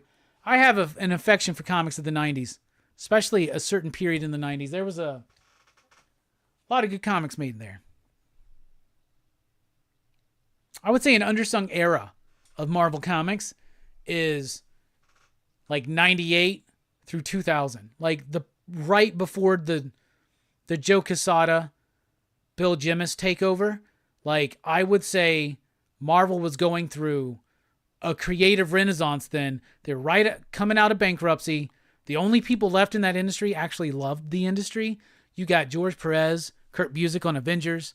You had Joe Quesada and Jimmy Palmiotti coming in to do Marvel Knights with Christopher Priest, Mark Teixeira on Black Panther, Kevin Smith and Joe Quesada and Jimmy Palmiotti on Daredevil, Paul Jenkins, Jay Lee on Inhumans. Eventually Garth Ennis and Steve Dillon on Punisher. I mean, and at the same time, the mainstream books were doing pretty solid. Thunderbolts was rolling. It was really good. Fantastic Four had Chris Claremont on it. It was a little rough at that time, to be honest with you. Iron Man was good, though, under the direction of Kurt Busiek and Sean Chen. Eventually, Roger Stern jumped in to help out. Mark Waid coming back to Captain America, doing a really good extended run, then leading that into Dan Jurgens, and also Dan Jurgens, John Romita Jr., doing a really fantastic run on Thor. So that is a very much maligned, or underappreciated, I should say, era of Marvel Comics. We're going to focus on some of that tonight. The artist formerly known as Jesse Say What is here. Station. I have been harsh on Hush. I've been accused of that, and I recognize it. All right. Huntsville Comic and Pop Culture Expo. Let's talk about it just a little bit. I had a good experience there. I signed up for 9 panels, 8 of which I did, 6 of which I actually had to moderate. But I did those at differing levels. And then a couple of them were just introductions. So, let me tell you the stories. So, night 1, first of all, I had my buddy Nestor. Nestor, I know you love Rockin Robbie Live. You were giving me shit that it wasn't back, that we had been off for so long. Came into town to hang out. I really appreciate it, brother. I always love hanging out with you. It's always a great time, brother. And you're one of my fucking family. I love you. You're always welcome. And we had a great time. So, night 1. Yeah, because did you come into town on Thursday? You did not come into town on Thursday. You came into town on Friday. So Friday, Nestor lets me know he's coming into town. I go and I do the expo. That night I have 2 panels. I have Billy Zane and I have Lou Diamond Phillips. Billy Zane was about 15 to 20 minutes late to his panel. So I'm starting off fucking worried. I had crammed. I had watched The Phantom again. I had rewatched Dead Calm. Or I had watched Dead Calm for the first time. I'd rewatched The Phantom. And I just shoved him in when I could. While I was eating lunch and shit. Just to have it in my head. So I had a great conversation with Billy Zane. He was a really cool dude. He refused, though, any pictures or not, actually it wasn't pictures he refused. It was videotape. He didn't want it to be streamed live. So usually the expo live streams these panels that I do and other people do, right? They live stream their panels. And that one was not live streamed. Billy Zane refused it because and here's the point. He wasn't being a prima donna. He was saying, inevitably, the same questions, same topics get brought up. And if these are videotaped, they wind up online, people watch them, and then they come to a panel and they get exactly what a version of what they saw online. I want it to be unique. I want to try to keep that off of the air. And I was like, that's fine. Yeah, we were all like, that's fine. That's totally cool. Billy Zane was great. He was super cool. Still sexy. We talked about the beginning of his career in Critters. We talked about Demon Knight like a motherfucker. The Phantom, of course. He said the Demon Knight and the Phantom were the two projects of his he is actively wanting to do sequels for. Demon Knight and for the Phantom. We talked about Dead Calm. We talked about his career. We talked about his upcoming movie, Waltzing with Brando, which he's very, very proud of. The audience asked some good questions. I had a great conversation with him. He was a super cool stand-up guy. I did not get a picture with him. Missed opportunity. It was night one. I was super nervous. He was late. I was already on edge. Right after him, I had Lou Diamond Phillips. The night before, we had watched La Bamba and really enjoyed it. I hadn't seen La Bamba in a long time. So I rewatched that one. I wanted to rewatch Young Guns, but I didn't have the chance. But I had a great conversation with Lou Diamond Phillips. He was one of my absolute favorite people I've ever done a panel with. It was so natural. It was so organic. It was super fun. We talked about La Bamba. We talked about Young Guns. He confirmed that Chavez is not dead, and he's in Young Guns 3, Dead or Alive, filming soon. And Christian Slater is back as well, and Emilio Estevez is writing and directing it. So that was exciting. I got him to talk about bats a little bit. The audience asked him a lot of cool questions about his television work, because I'm not as familiar with his television work. But I had a great conversation with him. He was a super, super fucking cool and genuine dude. Now, one thing I did do is that day I went and I met them each before the panel. I find it so fucking awkward when I'm supposed to do a panel with a big name and they have no idea who I am or what we're doing, and the introduction to going on stage is like a fucking 15-second thing. So I try to go by the Bueller book and go and meet these people first, right? But it doesn't always work that way, but it does sometimes. I made an effort with Billy Zane and Lou Diamond Phillips, and for my efforts, this is what I've gotten. There is my Billy Zane. I didn't get a photo with either of these gentlemen, but I have great memories with them. The Lou Diamond Phillips panel is on the Facebook page for the Expo, or the YouTube channel that runs it. Anyway, I got a Demon Knight photo signed by Billy Zane. It says, "Robbie, fuck this cowboy shit," which I really like that. And then here's my Lou Diamond Phillips. It says, "Robbie, great working with you. Blessings, Lou Diamond Phillips." How fucking cool is that? So thank you, Billy Zane. Thank you, Lou Diamond Phillips, for being awesome. Y'all truly were. So thank you. Didn't get a photo with them, though. Then the next morning, or that night, we go to Twin Peaks. No, that night is not Twin Peaks. That night, we go to my local karaoke bar I really like, and then a bar that's next to it that we really like as well. That's Friday night, right? Yeah, that's what we did. We had fun. We went karaokeing. Lots of good people, lots of friends. Nestor was there. My buddies Austin and Janelle were there. Kevin, my buddy Kevin Stokes, who's doing a Mortex with me, was there. A few other people. It was great. It was super great. It was super fun times. And then day 2 of the Expo started with an awkward moment. I was set to do a panel with Michael Bell, who was the voice of Duke, amongst many other childhood voices, and Larry Kinney, who was the voice of Lion-O, amongst many other childhood voices, including Count Chocula. I even wore my Count Chocula fucking shirt just to be a super nerd about it, right? So I'm back there in the room where they're supposed to come in, and I meet them, have a little powwow. Like I said, 15 seconds. I've not met Larry or Michael first. They're older than me. They're old school. I know a little bit about their career. I'm not as prepared for this panel as I was the Billy Zane and Lou Diamond Phillips panels, but I was prepared for it. So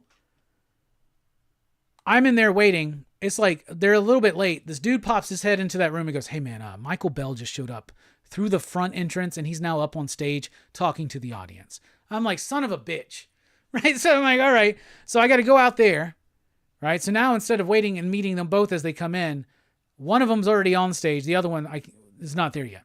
So I go up on there. I introduce myself to him and say, hey, man, I'll be modding your panel.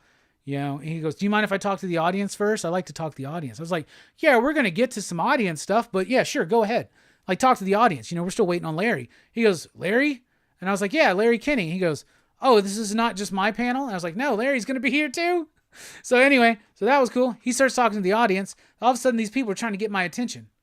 And I look, and it's the handler for Larry Kinney. By the way, before this, a dude jumps up on stage and like whispers to me, hey man, Larry Kinney is MIA. He's not in his room. He's not at his table. He's not in the green room. He cannot be found, cannot be reached. All right, I guess it's just the Michael Bell show. Michael Bell, fucking awesome. Talked to the audience, great. When I eventually took over and started my bit of the show, it went great. They had great answers to my questions. Here's the thing. All right, they're getting my attention in the crowd. They point down. Guess what? That's Larry Kinney sitting in the front row, just sitting there staring fucking dead ass forward. Not at the stage, but just dead ass forward. What the fuck, bro? You're supposed to be here on this panel. I guess he didn't know. I guess he was waiting for Michael's panel to end. So I had to be like, there's Larry. Larry, come up and join us. He's like, what? So he comes up, he joins us. Then we had a great conversation. They were both awesome. They answered my questions, and then they talked to the audience. Right after that was my William Shatner panel. So I was asked to moderate the William Shatner panel this year. William Shatner was here like 3 years ago. I was not asked. I was asked this year. Let me tell you the story of what happened 3 years ago, from what I've heard. From what I've heard, they had a moderator for a William Shatner panel who was very prepared, very gung-ho, very ready. William Shatner comes in, shuts that motherfucker down, super fucking quick, walks up on stage, dude introduces him, and then Shatner kind of goes, you're supposed to do that before I walk out on stage. And it was just weird and tense. William Shatner, we've all heard, can be a bit of a dick. So I get asked to moderate the William Shatner panel. Now Jeremy, my homie, who runs the Huntsville Comic and Pop Culture Expo, goes, just so you know, he's not going to want you to be on stage. He's just wanting you to introduce him, and you're going to be like standing off to the side of the stage. It's like, all right, I get it. I get it. I'm prepared for this shit. So I'm there after this Larry Kinney. It's right after this Larry Kinney Michael Bell thing. I got like 15 minutes to collect my thoughts and prepare for fucking William Shatner. So William Shatner comes in scooting because he's on this little badass fucking scooter that flies, motherfuckers. It flies. He comes up, comes right up. Luckily, Jeremy's there. It's like, oh, thank God. It would be so fucking awkward to me, y'all. It would be so awkward to me to have to introduce myself to William Shatner. So luckily, Jeremy was there. He goes, hey, Bill, this is Robbie. He's the moderator. Anything you need, he's got you covered. And so he goes, Robbie. Or he goes, Bobby. And I go, it's Robbie. I corrected Will Shatner. I had enough balls, enough testicular fortitude to correct William Shatner on my name. Because that's important, right? So then he goes, Robbie. This is straight what he did. He's curt as fuck, dude. He just goes, go up on stage, say William Shatner, and then walk off stage and have a seat. I don't need a moderator. And I was like, that's exactly what I was assuming. I got you, my man. He goes, thank you. So I go up and I introduce him and he walks out. Everybody's cheering. I'm like, yay. Shake his hand, walk out. Then his agent or whatever, manager or whatever, goes, hey man, can we get some water for him? So then me and Jeremy have to make the mad dash to grab some water. And then I come back out and he's talking. He's just up there talking. He doesn't ask questions to the audience. He just talks about exploration and shit for like 50 minutes. It was great. It was great. So I go up there and I just put the water next to him and I go and have a fucking seat and I just enjoy the fucking show. And then when he wraps up, I go out there and I go, all right, everybody, we're done. William Shatner. And then he wanted to talk to these two older guys in the audience because they had some answers to some questions he had asked. And that was it. That was it. So that was my experience with William Shatner. Then I was supposed to do a Star Trek panel. They already had a mod for that, so I didn't have to do that. And that was the end of night 2. And then we went to Twin Peaks, had a good time. And then I think we went out back to the Goose. Yeah, we went to Twin Peaks, back to the Goose, had a good time, closed it out, and said goodbye to Nestor. Bittersweet as always. But Nestor, I had a great time hanging out with you. That night we had a nice crew out that night too. Day fucking 3. Day fucking 3. Eric, the Kickstarter for me writing a comic is coming. It's being worked on as we speak. It will be a slow roll, but we're going to get on it. It's coming soon. William, we're going to get to that. William says, Robbie, why did you not stop Claremont from babbling at the con on Avengers Secret Wars and Doomsday? Yeah. That's funny. All right. Sunday, the con hours are 11 to 5. I have panels at 12, 1, 2, 3, and 4. 12, 1, 2, and 3. My bad. 2 and 3. So I had 4 panels back to back that day. The first panel was the Buffy panel. Now, I didn't do any prep for this because I didn't feel like I needed any prep. I did have some questions and I was ready. But beforehand, I went and introduced myself to Emma Caulfield, who plays Anya on Buffy, and Charisma Carpenter, who plays Cordelia on Buffy. So I went up and I introduced myself to them. I talked to Emma first, and I said I was going to be your mod. And she says, hey, these things are always so short. We always seem to run low on time. We kind of just want to talk to the audience. So I was like, all right, this is like a Bill Shatner situation. I was like, all right, I tell you what, I can just introduce y'all to the audience and then let y'all talk to the audience. They'll ask you questions and all that shit. We just go like Bill Shatner did, right? But he didn't talk to the audience, but the other year he did. Anyway, I was like, we'll just do that. She goes, well, we'll talk to Charisma about it and see. So I went and I met her and introduced myself to her. It's fucking so cool to meet those two ladies. I'm such a Buffy nerd, and I was very nervous to meet them, and I just went up and just met them. And talked to Charisma, and she goes, I was like, well, Emma said maybe this, and she goes, oh yeah, that sounds fine. That's whatever you want, right? So I was ready to do like a panel with them and then lead it to the audience, right? But instead, I'm under the impression from Emma that I'm going to introduce them, let them get up on stage, and then sit off to the side.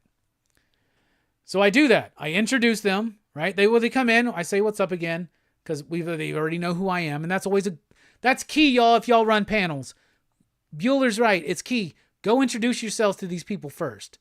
Use your clout, right? I'm going to ask Jeremy if I can get a guest badge or something next time so I can get behind the curtains just to do that. That being said, I introduce them. They come up. I go off. I sit down.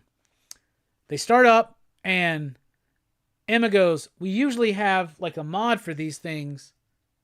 Where did our guy go? And I go, hey, I'm over here. Do you need me to come up there? And they're like, oh, no, okay, I'm sorry. I made that awkward, didn't I? I'm the one that made that weird. I'm the one that caused this. This is my fault. And then everybody laughed, and then the audience lined up. They asked them questions. They kept the panel going. But it did feel like they needed somebody up there just to moderate things, not to like host a panel and ask questions, but just to mod. I could have been on stage with them. I should have been on stage with them, but I thought they were wanting the William Shatner thing. Apparently not, because then afterwards, we're in the room after we leave the panel, big room, and I was like, yo, I'm so sorry about that. Like, I thought you just wanted me to introduce you and walk off. Emma's like, oh no, that was my fault. I'm so sorry. I thought you were going to be up there and then like talk to us for a second and then dip out. And I was like, it's like weird, right? She goes, I know. She's like, I'm sorry, but it was great. And they took a photo with me. So I didn't get anything signed by them, but I did get a photo with Emma Caulfield and Charisma Carpenter. And that was great. Right after that panel, I had the Chris Claremont panel. This Chris Claremont panel. What's up, Taki? Yeah, I said Charisma Carpenter. I wish I would have pulled that image. It's on my Facebook page. It's on my Instagram page, Pop Culture Philosophers on Instagram. Picture of me and Charisma Carpenter and Emma Caulfield. Really, really cool. Really cool. So then, the Chris Claremont panel. This will be the 4th panel I've done with Chris Claremont at this show. He's been at this show 4 times. I've done his panel all 4 times. He never remembers me. That's fine. That's totally cool. And the last time I did a panel with him, part number 3, Robbie Claremont number 3, he kind of became a dickhead, right? So I didn't necessarily want to do the fucking panel with Chris fucking Claremont. And having done 3 panels with Chris Claremont, I understand how this fucking dude works. This dude needs his sugar. So he needs a Coca-Cola, a Mexican Coca-Cola in a glass bottle. And he needs like Oreos or a Hershey bar or a biscuit or some shit like that, right? As long as he has that, he's going to be fine. As long as you remember the other rules. Number 1, make sure he has his little sugar snacks. Number 2, do not, under any circumstance, disagree or correct this man. If he says something wrong, or if he gets information wrong, let it fucking ride. Do not correct him. Do not disagree with any of his statements. Number 3, remember, most importantly, he has a very high disdain for anything that's been done with the X-Men since he left the title in 1991. So do not praise it.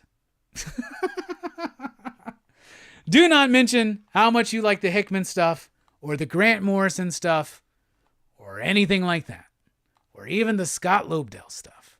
Okay? I have learned, as long as you understand and follow these 3 simple rules, it's like gremlins, right? You will have a fine time with Chris Claremont. The other thing to know is this. There is a 4th secret rule if you're hosting a panel with Chris Claremont. He just wants to talk. Anybody ever met Chris Claremont? This dude loves to talk. And he's good at it. So fucking let him. So after preparing for Billy Zane, Lou Diamond Phillips, getting the nerve for William Shatner, preparing for Michael Bell and Larry Kinney, and preparing for the Charisma Carpenter and Emma Caulfield panel, I know how Chris is.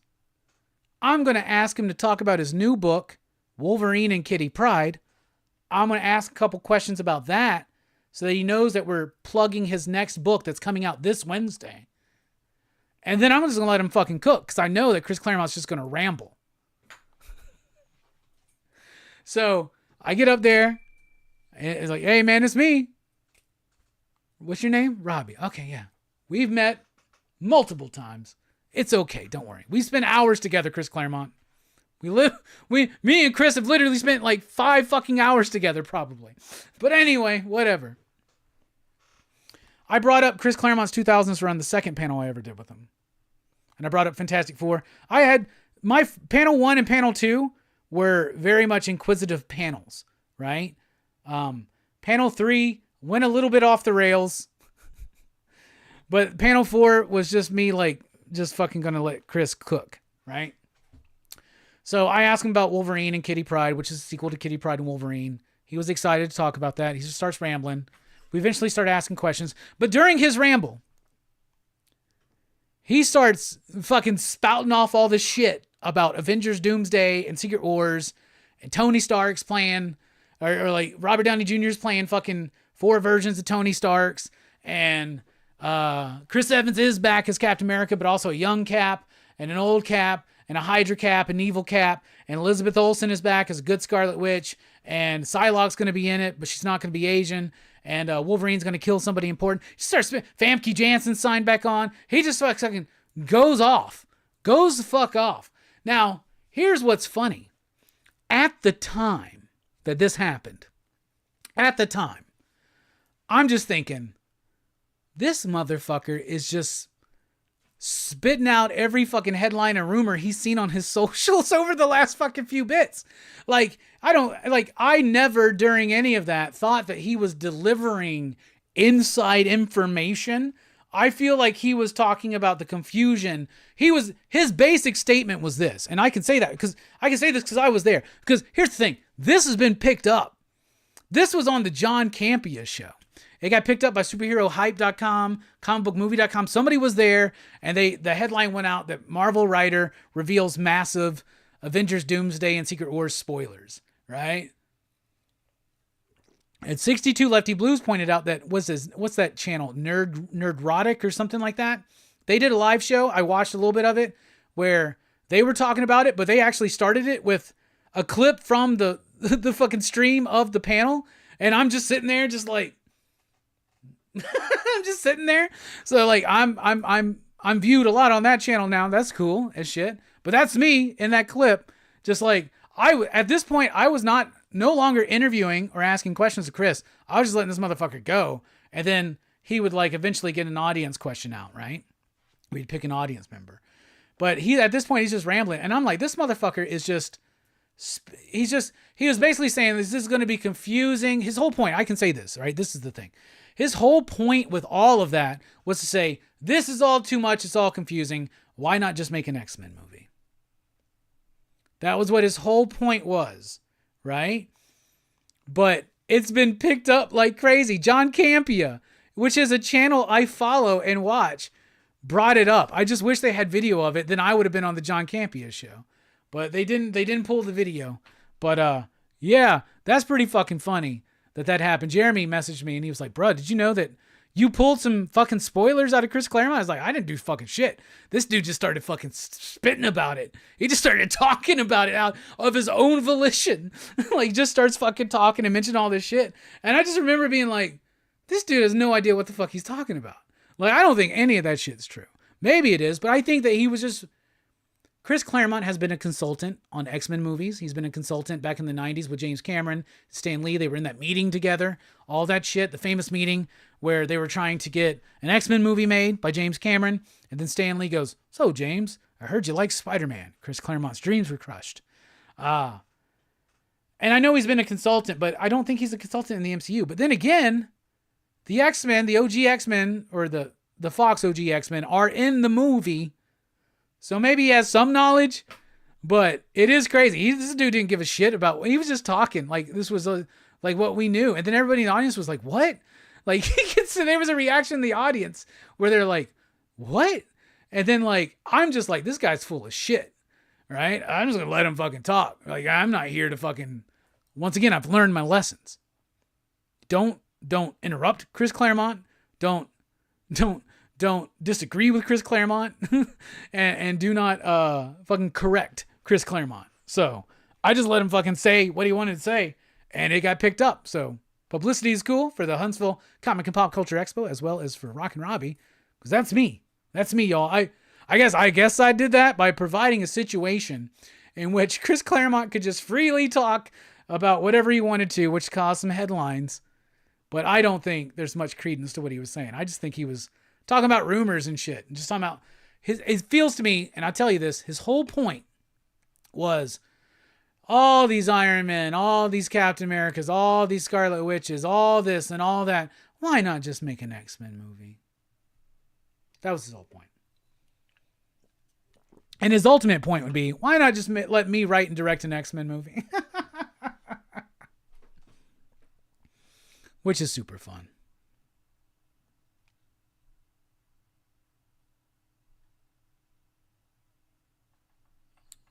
Fun times. All right. After Chris Claremont was Kevin Eastman. I have done a panel with him before, which was excellent. This was another excellent panel. Kevin Eastman is one of my heroes.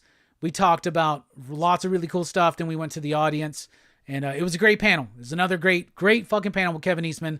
At the end of the show, I went to go see Mark Spears. My boy Mark Spears was there, and he had pretty much the dominant line of the entire con. Nonstop, never ending, all 3 days. Super proud of that dude. He was killing it. And he was in line to meet Kevin Eastman at the end of Sunday after my last panel. And I went to go and say what's up to Mark, but at the same time, say goodbye to Kevin Eastman and once again, just thank him for his work and just for working with me on the panels. And he was super cool. I got to be there when he told Mark that he was a big fan of his work. Mark Spears got fucking super crazy. And then I was like, hey, Kevin, once again, I don't want to interrupt you guys, but like, I really do appreciate the panel. Like, you're super cool, dude, man. I'm looking forward to seeing you again. I want to reach out and get you on the channel. He's like, yeah, absolutely. And then Mark goes, fuck, man, nobody modded my fucking panel. I didn't have a goddamn moderator. I was like, well, I was doing the Buffy panel at the time. We all had a good laugh. I said goodbye to both of them. I'm super proud of Mark, super proud of Kevin Eastman, of course. After the Kevin Eastman panel was my least prepared panel, which was the Walking Dead panel. It was Dan Fogler and Cooper Andrews. All I know of Cooper Andrews is his role in Shazam. All I really know of Dan Fogler is Balls of Fury and Fantastic Beasts. I did not watch Walking Dead when they were on it, so whatever. My only plan was to start off with the Balls of Fury question. So I started off with the Balls of Fury question to Dan Fogler. He did a great Christopher Walken impression, told a great story about that. Then I kind of took that same question and threw it to Cooper Andrews and led something. Because one thing I learned very quickly about these two dudes was they were both very funny. So I just kind of like fucked around and let them talk and interjected and led things and let the audience take over because I was fucking tired. I wasn't prepared. But it was actually a really cool show, and I did not get a photo with them.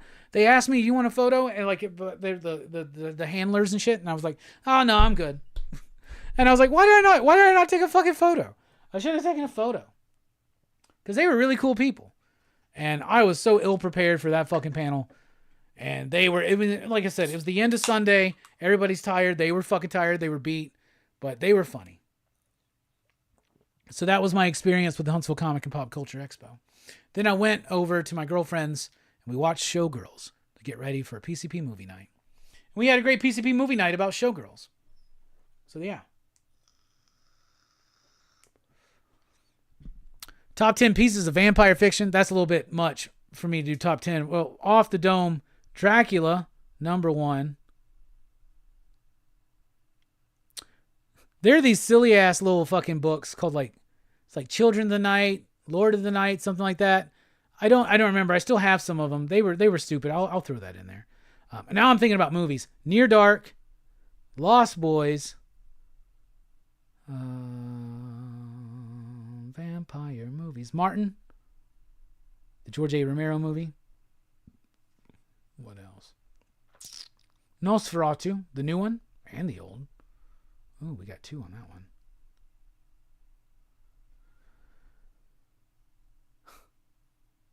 Vampire movies. Come on, Robbie. Think. Vampire movies. I don't really like John Carpenter's vampires that much.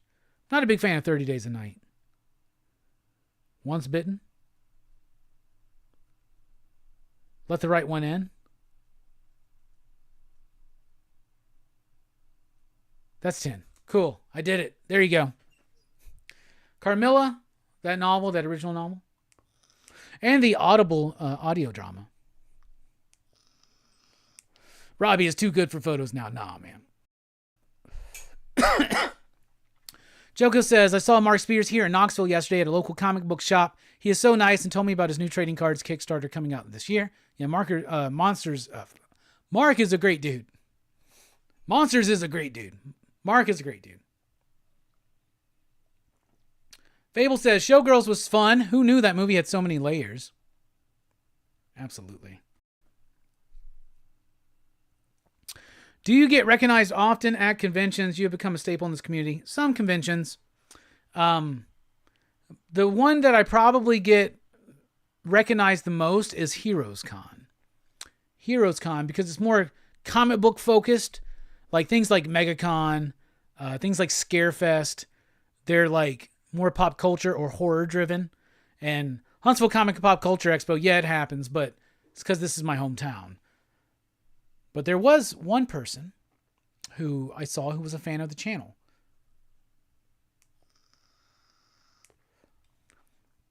I wouldn't say I like The Queen of the Damned. I tried to rewatch it not too long ago. We didn't make it through it. Life Force is a great movie. Fuck you with the wave shit, Eric. Goddamn.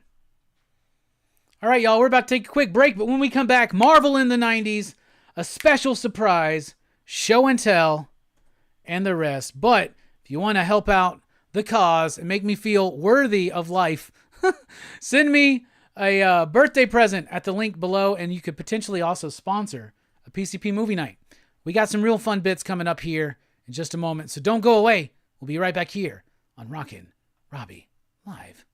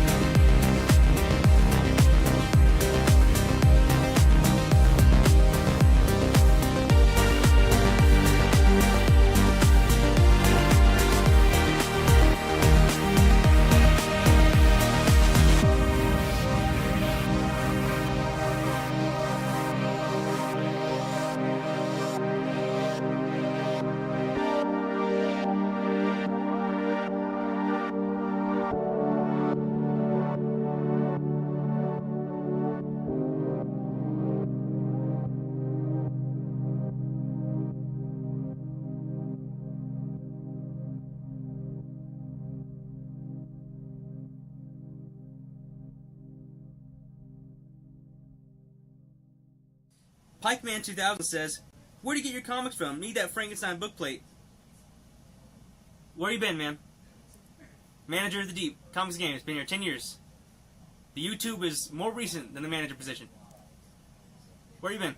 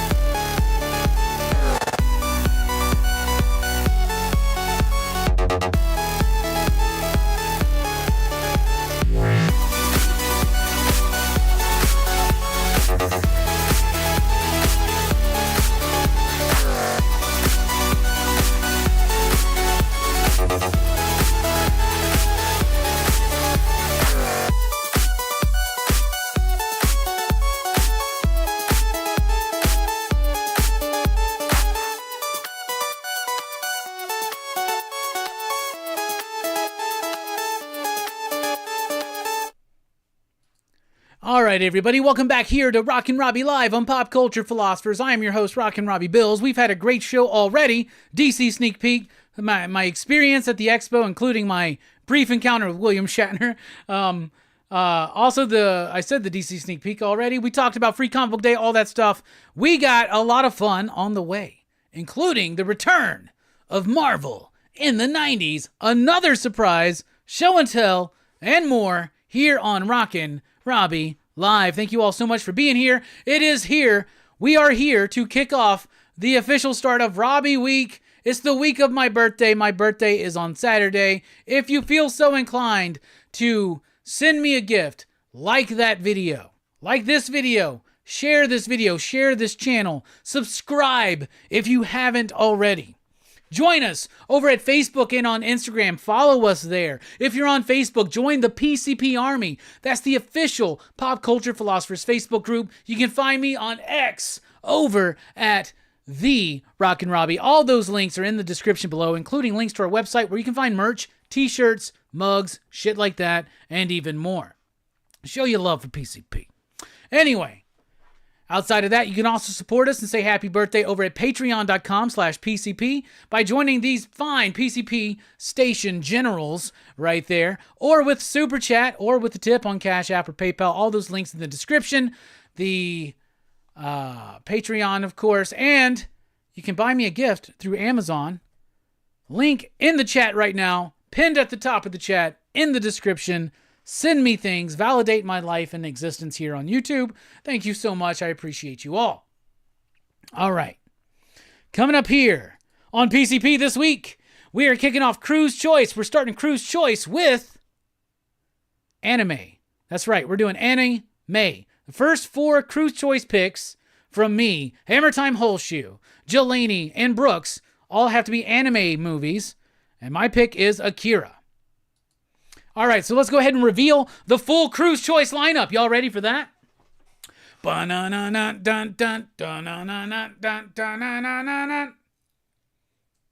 Let's do it, y'all. All right. Once again, Crew's Choice, which is all throughout May and June. Members of the PCP Movie Night panels, members of the Excitable PCP crew, get to pick a movie to spotlight. And even though I pick all the other movies, it starts with me because it's Robbie Week. And it starts, and once again, the first 4 picks have to be anime movies to fit with the theme of anime. And then we go into normal Crew's Choice. So let's go. Tomorrow night, Robbie's pick, Akira. The following Monday, Hammer Time Holshoe's pick, Your Name. Never seen this movie, never heard of it. Excited, because last time John picked an anime film, A Silent Voice, it was really good. Next up, we got Brooks's pick, Princess Mononoke. I have watched this one before. I remember enjoying it. I cannot wait to revisit this movie. It's been a long time. After that, we got Jelani's pick with Ninja Scroll. This is one of the first anime movies I ever watched. This and Vampire Hunter D. And I remember not liking this movie, but that was a long time ago when I was a bit of a snob and I didn't really like anime. All right, that signals the end of anime. Now we go into the rest of Crew's Choice. We're kicking June off with Joe Corallo's pick, Children of Paradise. It's some rather obscure, prestigious, probably pretentious opus of maybe French cinema. I'm not 100% sure there. It's black and white. It's a Joe pick. I'm sure we're going to love it. I'm sure it's a very masterful and powerful film. Children of Paradise. After that, we got Fable's pick, Conan the Barbarian. And I know that everybody's excited for this one. And we are planning for a very special guest on this panel. I'm not ready to announce it yet. Not till we get closer. But we may be very close to having a first appearance here on Rockin Robbie Live related to this property. After that, we've got John Castles Biliotopoulos' pick, The Adventures of Ford Fairlane, the Andrew Dice Clay movie, also with Terry Hatcher. So that's going to be a fun revisit. After that, we got the missing link himself. It's Steph's pick with Bad Times at the El Royale. Never seen this movie. Don't know anything about it. I want to go into it blind because it seems like it could be pretty fucking badass. And then to wrap up Crew's Choice, we got Verno's pick. It's Stand By Me, a movie I loved as a kid, though it had some disturbing scenes, mostly involving leeches.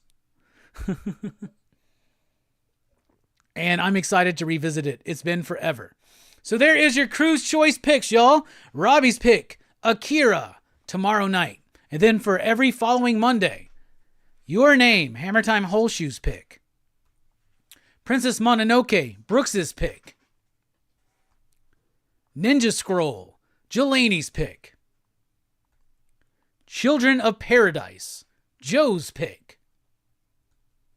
Conan the Barbarian, Fable's pick. The Adventures of Ford Fairlane, John Spilio, Topolis, his pick. Bad Times at the El Royale, Steph's pick. And Stand By Me, Verno's pick.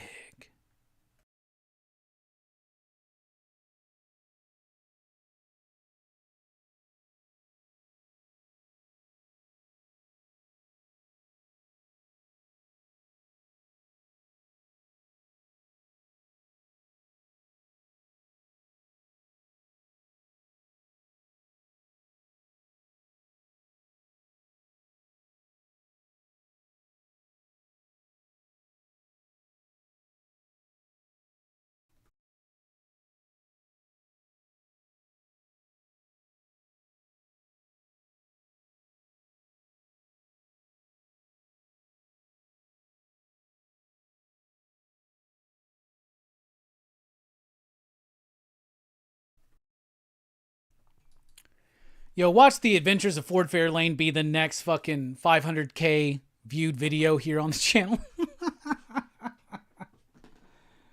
That would be a fucking trip. All right. Y'all, this has been super fun fucking talking to y'all. One more thing I wanted to mention real quick. You know, we'll get to that here in a second because we need a gap between these two things. All right, y'all. It's time to do it. I haven't done this in a minute. Over a year. So let's see. Y'all ready? Getting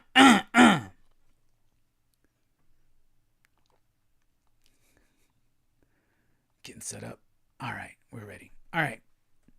Live producing on the fly. It'd be great if I had a little minion over there who could do this for me. That'd be great. But I wouldn't trust them. Anyway. We got a burp? Let's take a swig of beer. Yeah, lots of cool movies coming up for PCP Movie Night. Let's take a look real quick here.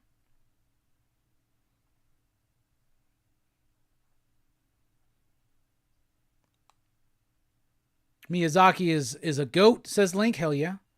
Fable says, never seen Your Name. Pumped for that one. It'll be next week. Ninja Scroll Fire, says Two Gun. Joe Cal pick. No one picked Grave of the Fireflies, no. 9-panel grid, I will tell you right now, it's not Arnold Schwarzenegger. Yeah, Andrew Dice Clay. Bobby's excited for Conan. Link says, Stand By Me is iconic. Chill Out Man says, Stand By Me, that's my coming-of-age story. Fable says, excited for Royale. Another one I've never seen. Yeah, I've never seen it either. Link says, y'all will dig it.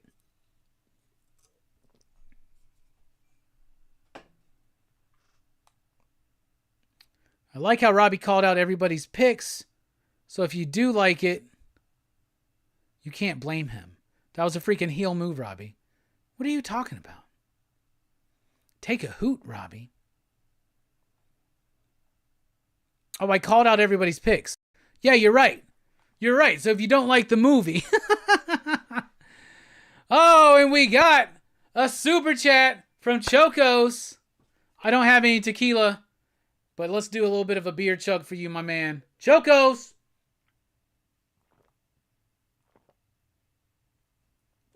With a super chat. Thank you so much. I love you. Thank you for the birthday love. Let's get into it.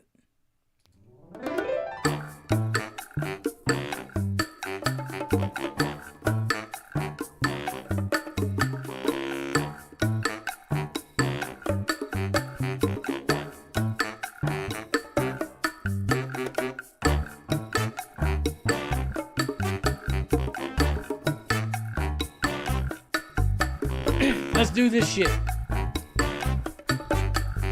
I want y'all to sing along. Here we go. Let me tell you about this little man I know. His name is Hellboy. He was sent to the earth some long time ago to save it or destroy. Brought to this earth by Rasputin, son of a demon and a nun who had a sex with the demon, but was raised by Professor Broom. Now he fights evil and monsters. Shit. Now he fights with a man who's a fish named Abe. Now he fights with a fire starter named Liz and an ectoplasmic mess named Johan. BPRD.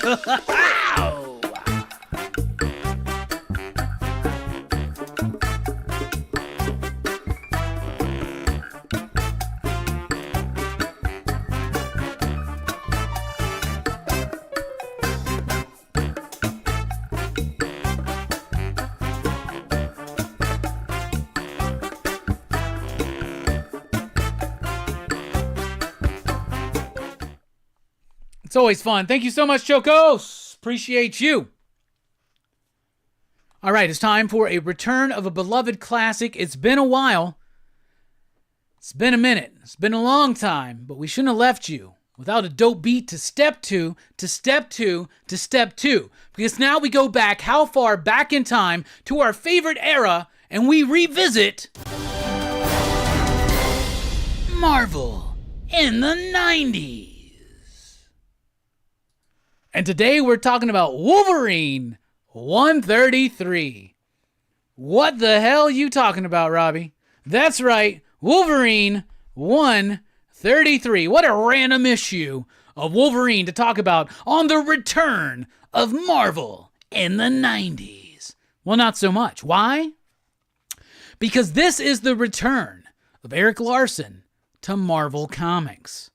That's right, he wasn't doing much art. He did this cover that you see right there, not the cover that I actually own. But there was a time in the late 90s, and I was talking about this earlier in the show, that there's a period in like late 97 through 98, 99 into early 2000 where Marvel was just cooking. And then that leads into even the Bill Jemas, Joe Quesada era, but this is right before that, right? You still have, I believe, Bob Harris in charge of things, and I'll verify that right now. Yeah, Bob Harris, still editor-in-chief. Mark Powers, still the editor of this book. And they bring in Erik Larsen to write Wolverine. I remember this very vividly at the time. I remember collecting it. At the same time, Erik Larsen was doing Nova. And I remember liking Nova, but not liking his Wolverine book. Mainly, I think, because the art is done by Jeff Matsuda. And at the time, I did not like Jeff Matsuda. I was very pretentious, snobby Robbie at this time. I did not like that overly exaggerated, overly dynamic, overly kinetic image style, including even Erik Larsen. And honestly, because I have recently really dived in to Erik Larsen's work on Savage Dragon, I really respect this dude and love his work. So these came across my purview at my shop, and I was like, man, I got to snatch these back up and check it out. So let's do it. We're going to go issue by issue through The Great Escape. This is chapter 1 of 6, written by Erik Larsen, with pencils by Jeff Matsuda. We got, I think, Jonathan Sabal on the inking and Jason Wright on the coloring. Comic Craft on the lettering. Let's dive in. We open up in another planet somewhere, right? Somewhere out in space. And there is an alien that is escaping. And they're trying to stop this alien from escaping, but it seems to be a creature that can leap from entity to entity. And that's what we're building up here.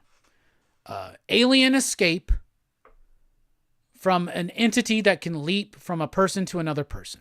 That's what happens in this opening sequence. It's all set up for the payoff at the end of the issue.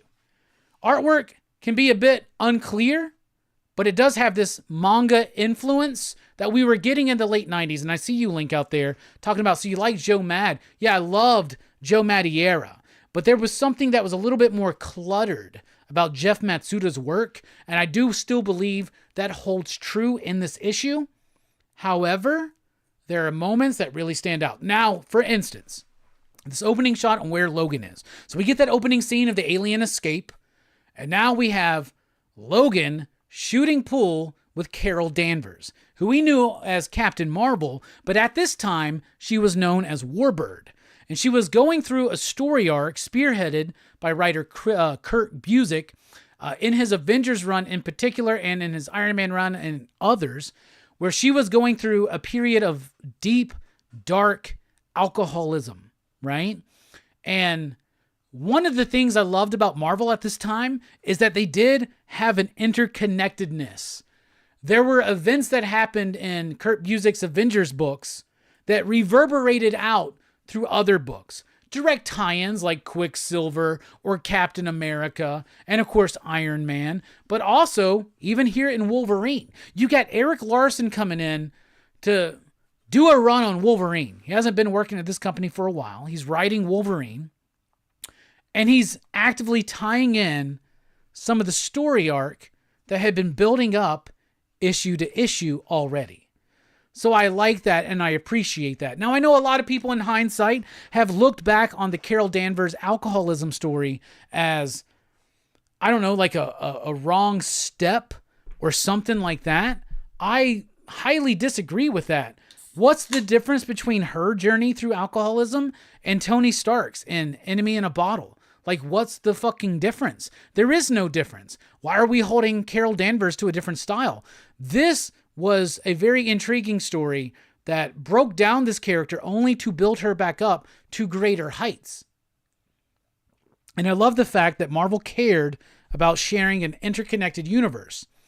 For instance, as a fan of Avengers like I was at this time, I enjoyed seeing Warbird here because she had just been kicked off of the Avengers for basically being alcoholic, lying about her powers, going into battles drunk. There was this whole thing called Live, Free, or Die, and it led into all of this. But she's shooting pool Wolverine.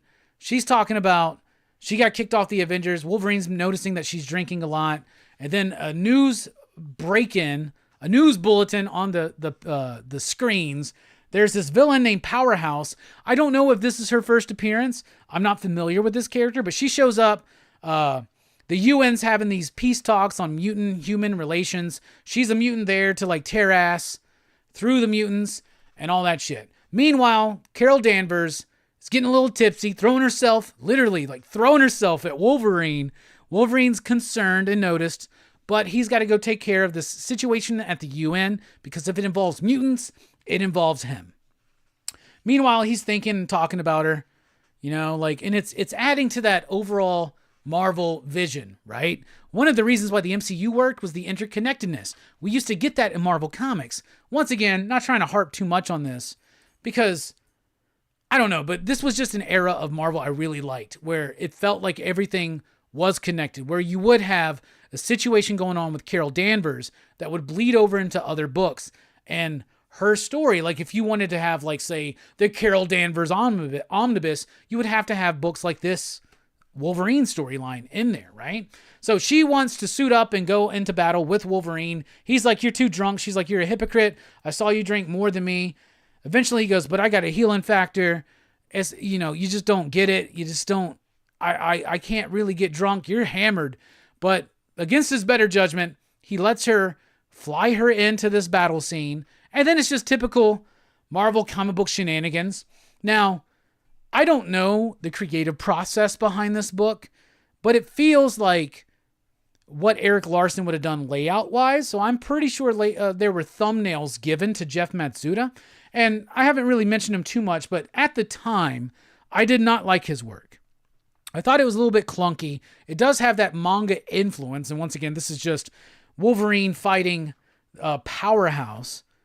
And then it gets accelerated by Warbird's interference because she's drunk. You know what I'm saying? She's drunk and she's flying in, she's fucking everything up, and Wolverine's like, God damn it, woman. Get the fuck in. Go have a cup of coffee and all that shit, right? So even though I wasn't really liking Jeff Matsuda at the time, even though he did have that manga influence that a lot of Marvel artists in particular were having in the late 90s, and other artists, especially out of Image, Pat Lee and shit like that, well, that makes more sense, right? But anyway, Jeff Matsuda, look at the Wolverine there on that page. I love those teeth. I love that angle. I love the gnarliness of that. All right, all of a sudden we clip back to these two dudes who saw some kind of alien spaceship crash on the Earth. One dude thinks they're going to be rich. The other dude's like, have you not seen the X-Files? Dude, we're fucked. We need to get out of here before the government shows up. Turns out it's the alien that escaped in the first page. Oh, all right. Set up something in the first bit. Now we got that was story B. Now we got story A going on with Warbird and Wolverine. Now we go back to story B. And then we cut back to Wolverine having to deal with Powerhouse with a drunken Captain Marvel. Well, she wasn't Captain Marvel at the time. She was still just Warbird. But a drunken Carol Danvers throwing a mess into everything. Now, at the time, I would not have liked some of these pages of Wolverine's fins being overly long and super exaggerated. But nowadays, they really work for me. I feel like there's, in some of these things, and like, I feel like the layouts have that energy. And that's why I don't know if Eric Larson laid this out.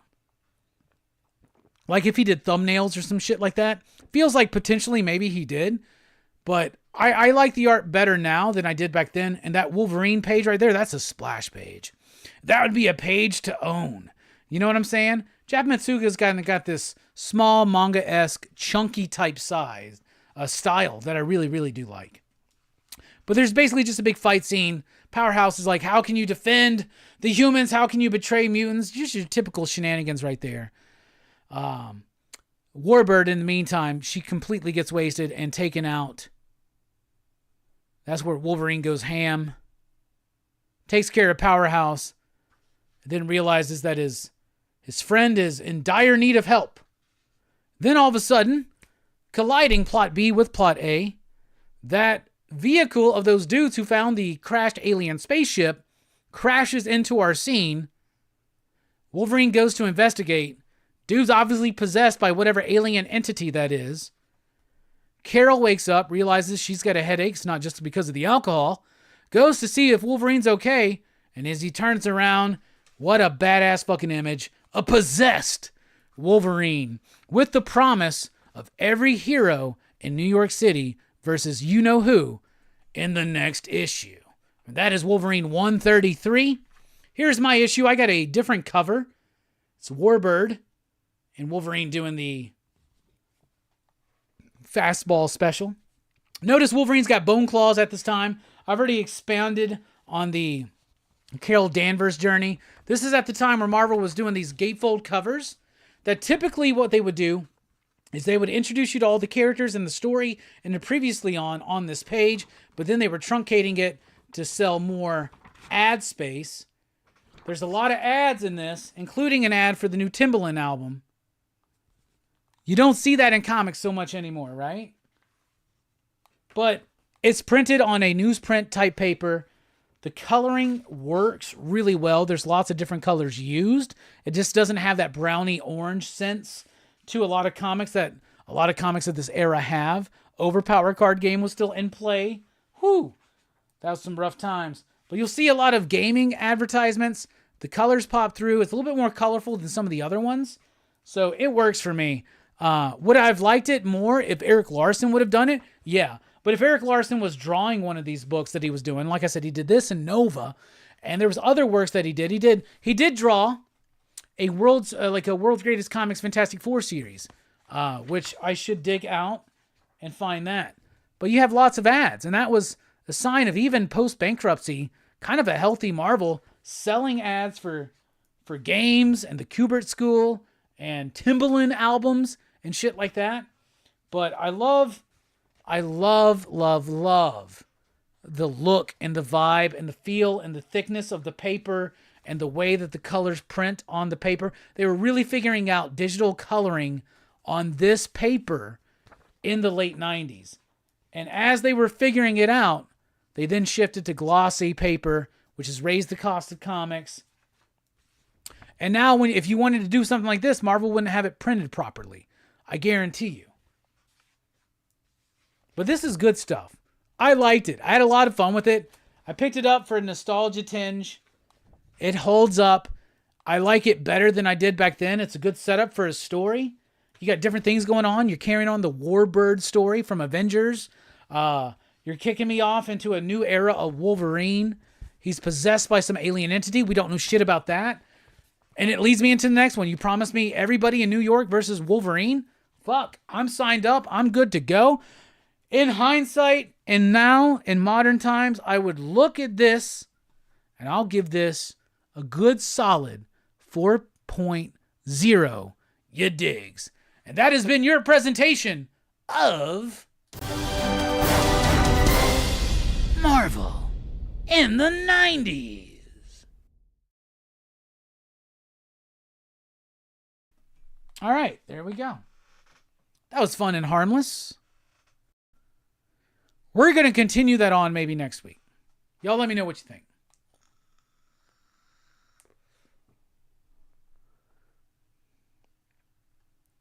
All right, let's take a look at the chat.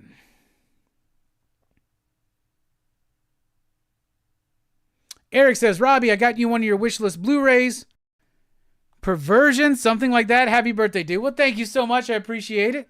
James out here, the media mancer. Step 2. Step 2. Hell yeah. Yeah, right before he fought Cardiac.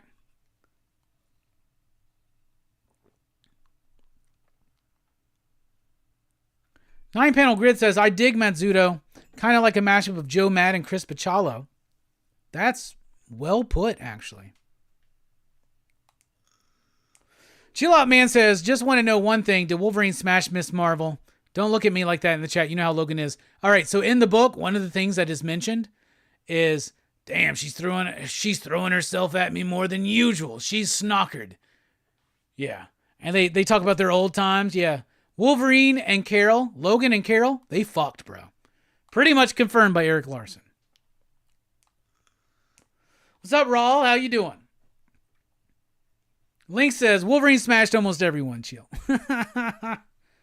Hell yeah. I see some excitement for Marvel in the 90s. Eddie's got to go to bed. See you tomorrow on the Dynamite show. Yeah, she was fucking up missions, man. That was a good time, man. And like, people criticize that story nowadays, but I think they're off base, man. What's the difference between that and Demon in a Bottle? Iron Man. I think it's an enemy in a bottle during the actual Marvel in the 90s bit. Link says, and that leads to Wolverine fighting damn near everyone, mostly street heroes. Are those Bone Claws? Chill Out Man. Yes, they are. Nine Panel Grist says that was a cover I had back in the day. The gatefold covers were great. Yeah, he didn't get the medal back until 99. Yeah, he gets the medal back at the tail end of Larson's run in 145.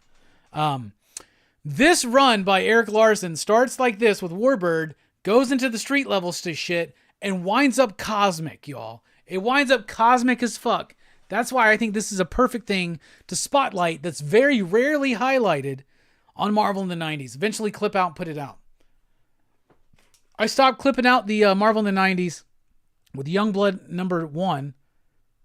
Now it's time to start re-releasing them out here on the channel. We're good to go. Let's start that next week. Sound good?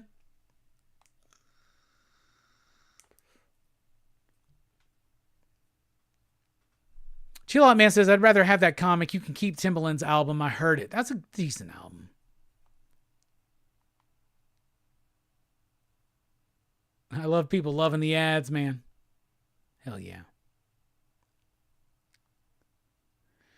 James says, what era of Marvel is the considered and is it collected? What era of Marvel is this considered? Do we have a name for the 90s? I've heard the Chromium Age but that means like the height of the 90s. So I don't know if we have a name for the age, but it's the post, I would call it the post Marvel bankruptcy, pre Bill Jemas era. That's where we're at. A very small space in time. Joe Casey did a great run on cable during this era. Joe Casey also did a great solid run on Hulk. Did a great Deathlock miniseries. It's not collected, as far as I'm aware. It might be collected in a Wolverine omnibus if that's out, if they've made it that far, and it might be collected in an Epic collection. But as far as I'm aware, not on its own.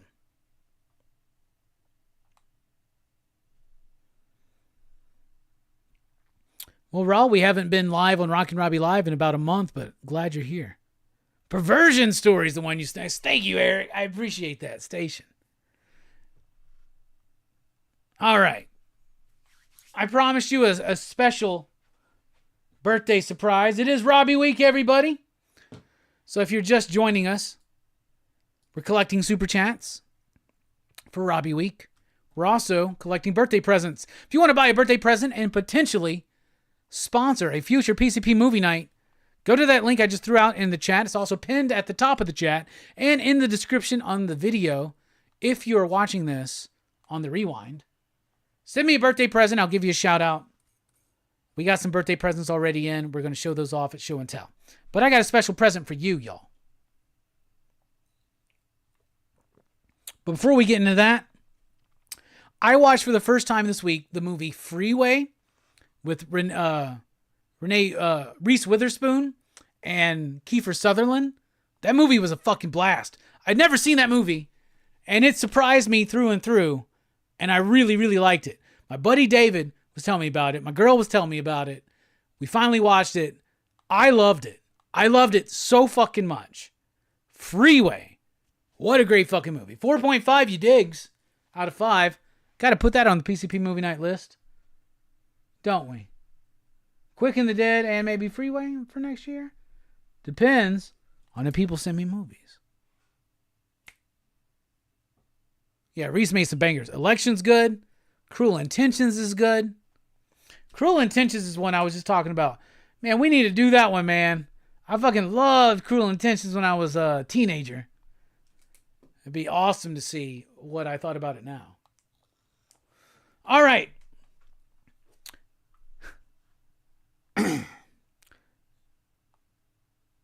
I told you there was going to be a special surprise tonight for Robbie Week. Here it is. It's time to go back. How far? Not as far as the 90s, but still back in time to DC in the oddies. And tonight we're talking about Batman 608. That's right, Hush, Chapter 1. Why are we doing this?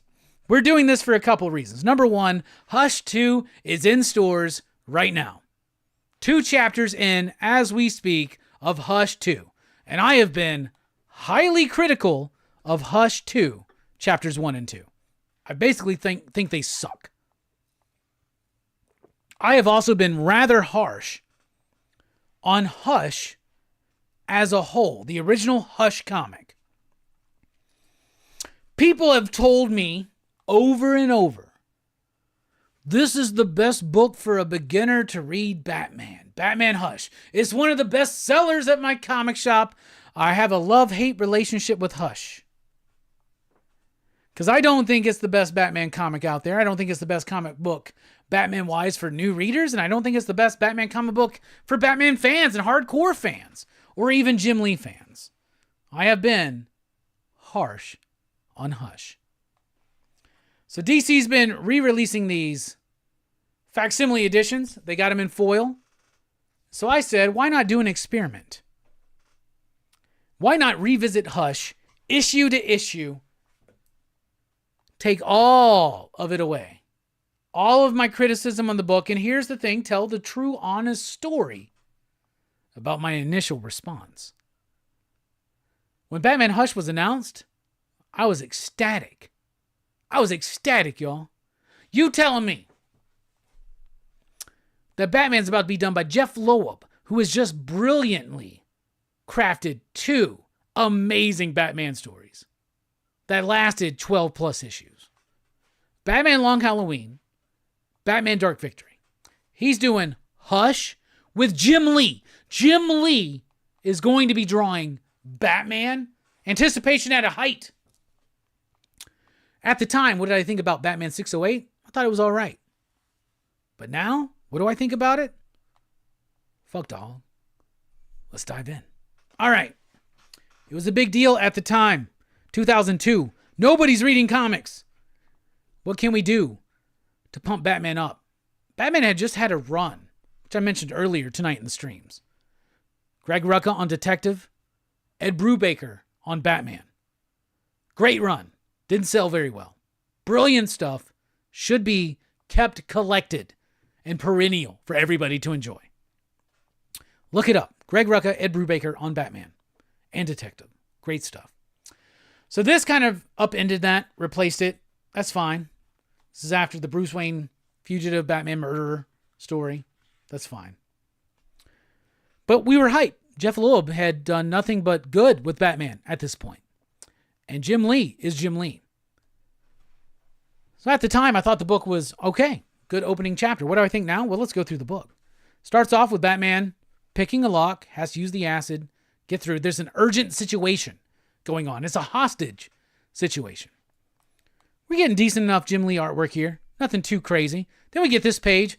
It's basically Jeff Loeb letting us know that Batman is prepared for everything. He knows the name of all of these henchmen that have kidnapped this kid, because it is a kid, an heir of a technological fortune, basically, right? Like a chemical plant, guy that owns a chemical company or something. It's his son.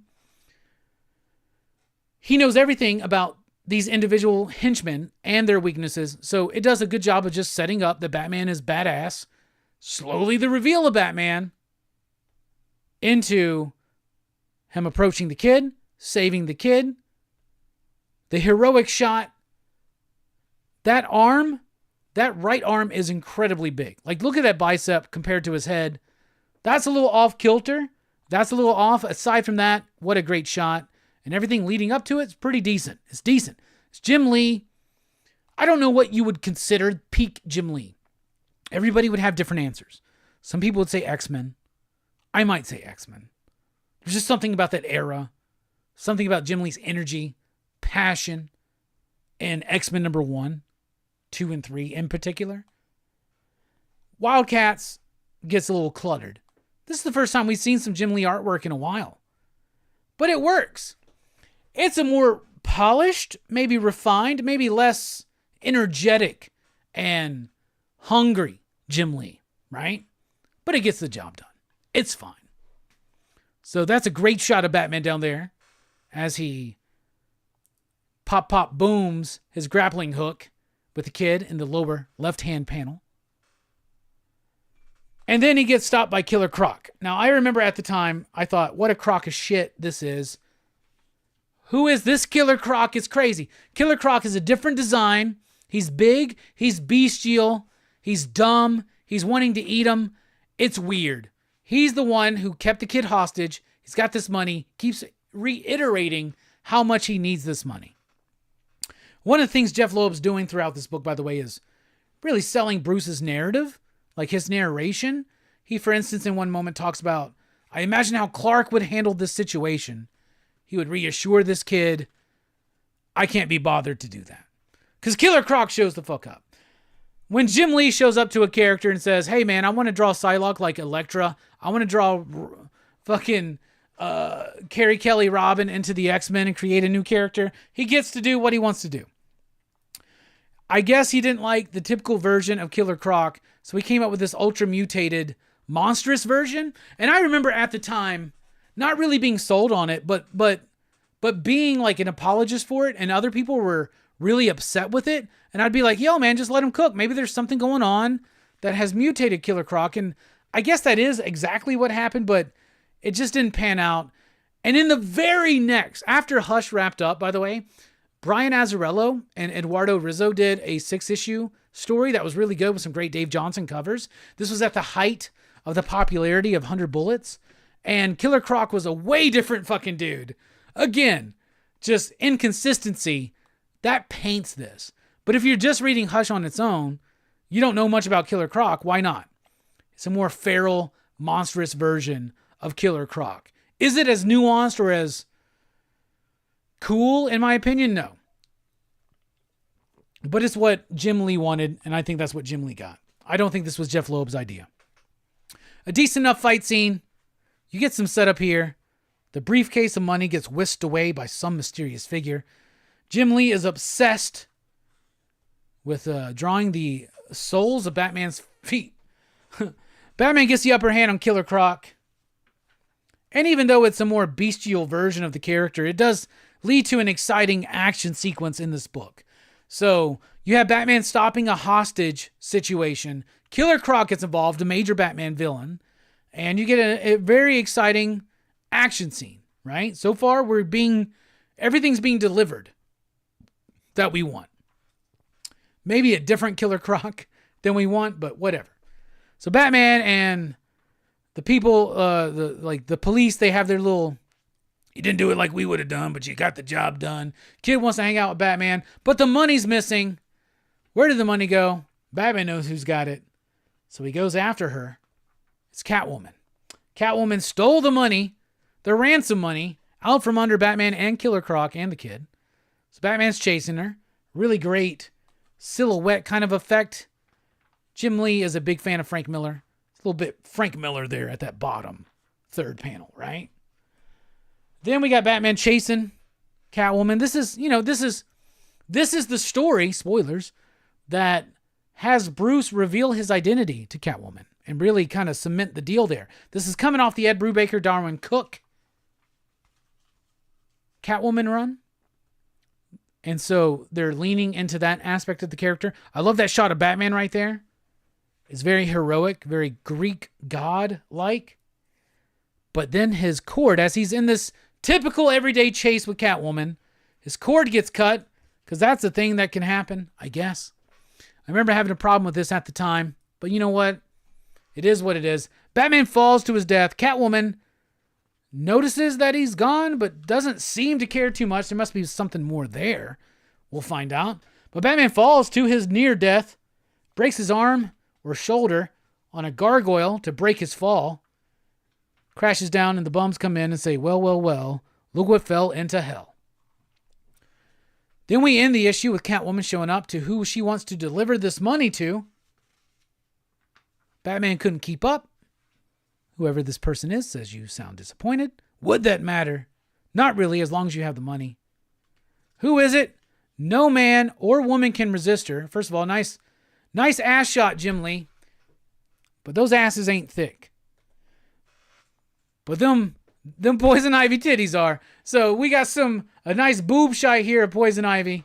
Catwoman. It's Poison Ivy that is manipulating Catwoman into taking this money and ignoring Batman's plight. That is Batman Hush 608. So once again, I have it in this facsimile form, foil edition.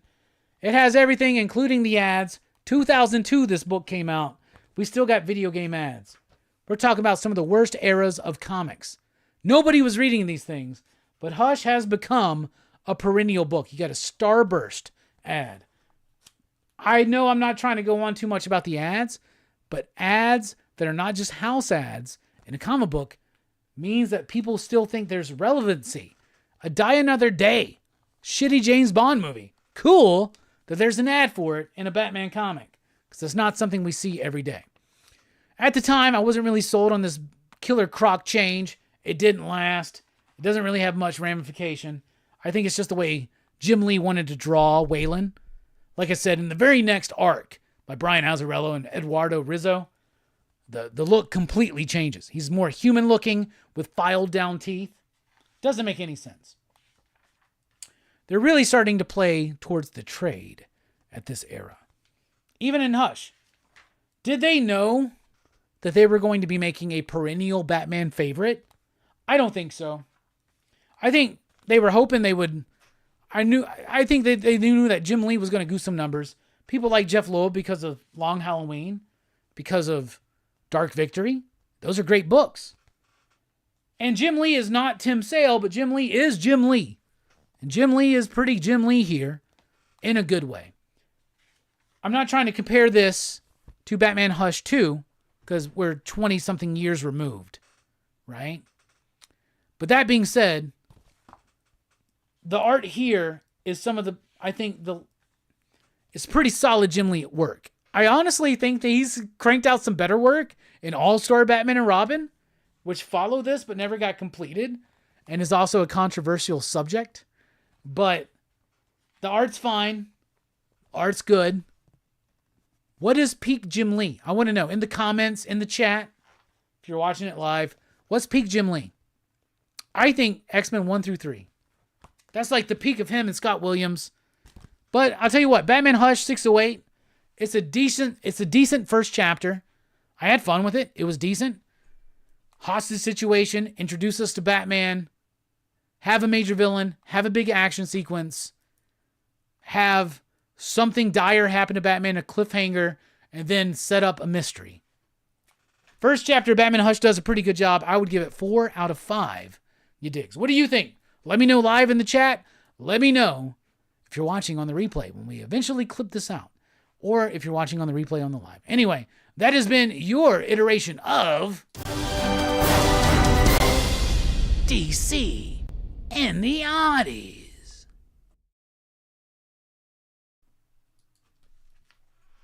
All right, y'all, and we're going to continue going through Hush. How about that? Sound good? Sound good? What do y'all think? Take a look at the chat a little bit.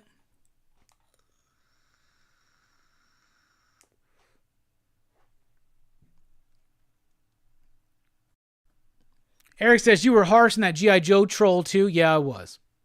You're the heel and everything. You can't see me, man. Link says, Reese Witherspoon was the bomb in the 90s. Hell yes, she was. R. Ariaga, what's up, my man? New readers need to start with year 1. I agree. Eric says facts. Link loves No Man's Land. So do I. Bobby says hush. 9-Panel Grid says, I'd be lying if I said I wasn't hyped for this run back then. Lee and Loeb on Batman was a huge deal. Link says the hype was real. It was a big deal. Those of us that were there, Eric, Steph, me, we remember that shit. It was a big fucking deal. It didn't start falling apart for me at the time till middle of the run. And I think a lot of my impression on Batman Hush has been informed by some of the massive, I think, overindulgence and over celebratory nature of Hush. Over celebratory nature? That's weird. Our Ariaga says Jim Lee's best work was Uncanny X-Men, in his opinion. 9-Panel Grid says peak Jim Lee was Uncanny X-Men 277. Let's get real specific. Choco says Hush 2 sucks. James says this book sucks. Sleepy says I liked Lee's art best in the Hush Graphite edition. Choco says I just read Hush and it was a cool one-shot kind of story arc. My fave was the Batman vs. Superman issue. There's a really great line in that one. People always ask, I'm paraphrasing, but basically Batman says, and I love this. And Jeff Loeb was also doing Batman Superman at the time with Ed McGuinness and Michael Turner and a few other creators. But there's a line where he's like, people always ask, Superman's more powerful than me. How can I always win? Because deep down inside, Clark is a good guy. And deep down inside, I'm not, is what he says. I fucking love that shit. Yeah, Link, the stylized W on the soul wouldn't give anything away in Footprints. 9-Panel Grid says, Jim Lee can totally do whatever he wants in comics. As soon as someone questions him, all he has to do is say, oh, I'm sorry. Do you have a best-selling comic of all time? Link says, Hush is fine if you haven't read TLH or DV. Dark Victory or The Long Halloween. Hell yeah. I agree.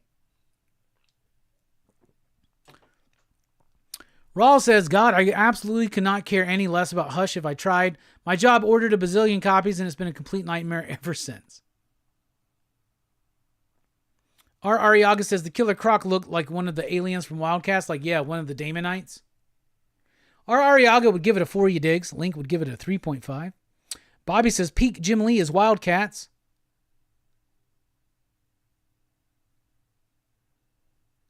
One collection down, Fable says, peak Jim Lee for me was Uncanny in the 270s. Hell yeah. Hell yeah. Well, there you go. Peak Jim Lee.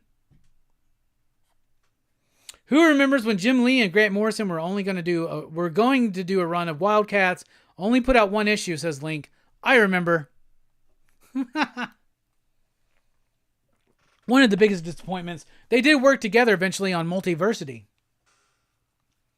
Yes, they did. All right.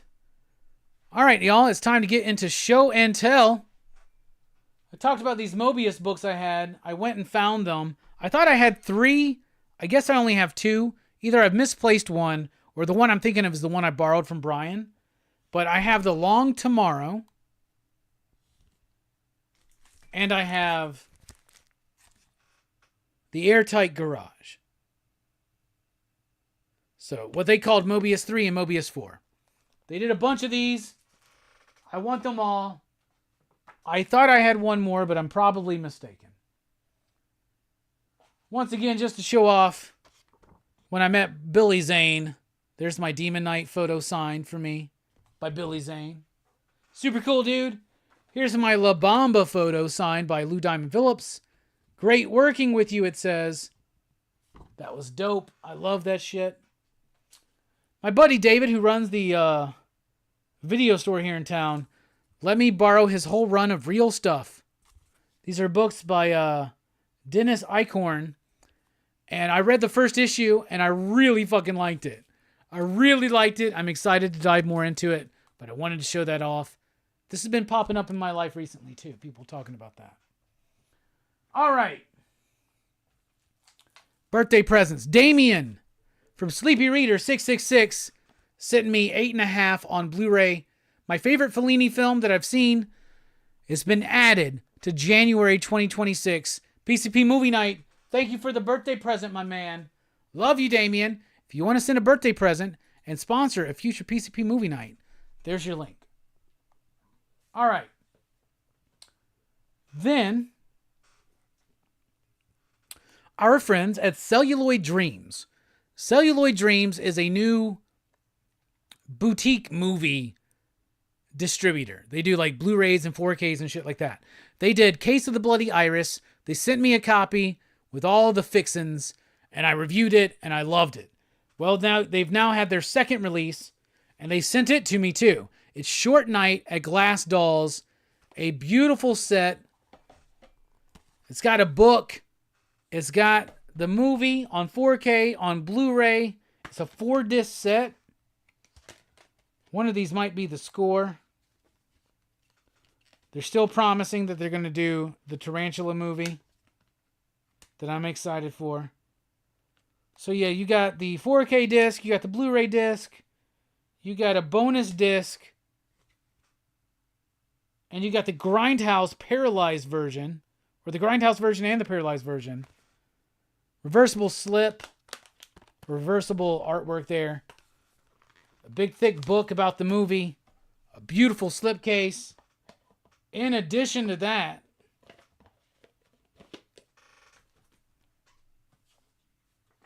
there's the back of the damn thing, but a film cell from the movie, so that's fucking cool as shit. I love stuff like that. And then another pack of lobby cards, just like they did for Case of the Bloody Iris. I have not opened these yet. Let's open them real quick.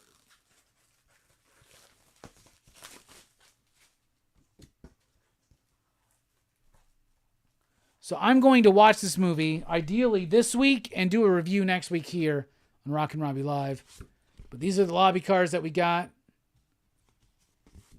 I love that they do these Supreme Special Editions.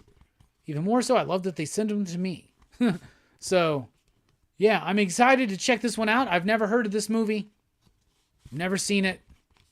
And I'm excited to have another Italian giallo to sink my teeth into. So, hell yeah. And what a great set. So I cannot wait to dive into that. Our buddy Dan, D. Sima, sent me the new Rob Liefeld Youngblood issue number 1 that was like a Whatnot exclusive. I sent out the call. He hooked me up with the Mark Spears cover signed by Rob Liefeld. So very cool. Thank you so much, Dan. Appreciate that. Two Gun Pedro sent me some birthday presents, some VHSs. We got End of Days, starring Arnold Schwarzenegger, a silly movie. How about David Lynch's Dune, starring Kyle MacLachlan? That's a way to watch Dune, VHS. How about the X-Files movie? I went and watched this in the movie theaters, man. Fuck yeah, that's an important movie in my life. How about some Van Damme? You know Van Damme's important to us here. We got Double Team, starring Dennis Rodman and Van Damme, and No Retreat, No Surrender. I've never seen this movie. It's one of his first movies. So I definitely got to check that one out. And then Batmania, From Comics to Screen. I want to say that this is one of those movies that was like hyping on the success of the Batmania going on in 1989 and talking about just Batman in general. When did this release? It's 45 minutes, black and white and color. This is the history of the Batman comic strip and movie. Fully documented story of Batman.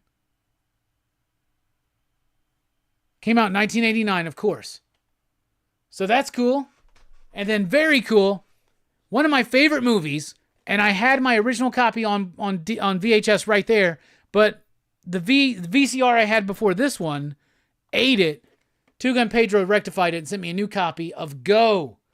So Two Gun, thank you so much for the VHS movies. Go, Batmania, No Retreat, No Surrender, Double Team,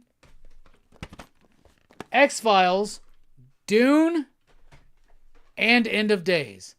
Thank you so much, homie. Love you. Those were the birthday presents I got. One collection down says, No Retreat, No Surrender was a mainstay in my youth.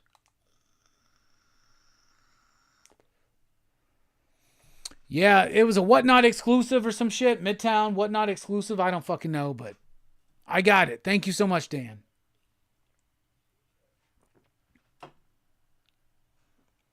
All right. I like to get I wanted to get myself something for my birthday. When am I doing a room tour? When I get my comic book situation sorted. Soon, Pete. Well, we're gonna put some fire under that ass. All right, but I got this because it was on a great deal on Amazon. So I bought this for myself, even though I shouldn't have. He-Man and the Masters of the Universe, the complete original series. I wanted to have this all in one thing. This is a very important series to me. It's a very important series to the book I'm working on. So I had to pick that up. And when I was at the Expo, I didn't have a lot of money to spend, but I have for the last few cons I've been at, was looking for one thing in particular. You know me, you know I love my monsters, you know I love my Universal monsters. Now, you know I love NECA, and I love my NECA horror figures and my NECA Universal monster figures, those right there. Love those. But one thing that Diamond shorted us and never replaced was my Creature from the Black Lagoon, the colorized version. We had the black and white one, but I've already committed to getting the colorized versions. And I finally found it, y'all. So I had to get it. My Creature from the Black Lagoon NECA figure. Look at that. Beautiful figure. Cannot wait to open it up and put it alongside my Dracula, Wolfman, Mummy, Frankenstein monster, and Bride of Frankenstein. Cannot wait. Thus brings an end to show and tell. Right? Yep. Thus brings an end to the show. Y'all, it's been fun going for 3 hours again with you. I know it's been a while. We'll be back here next week. It is Robbie Week.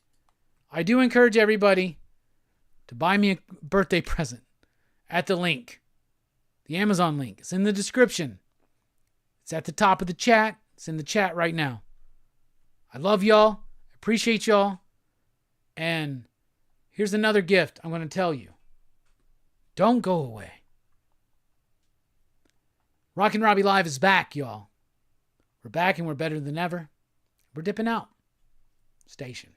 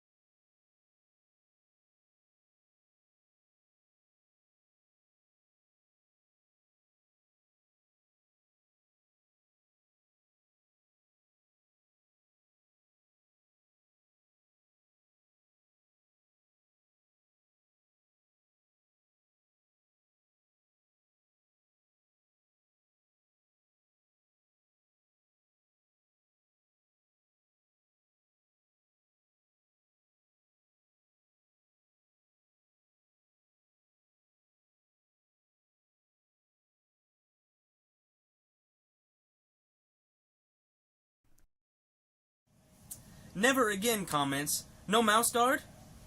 Oh, we're sorry. We forgot to do the shitty book section this week. Check back next week, buddy.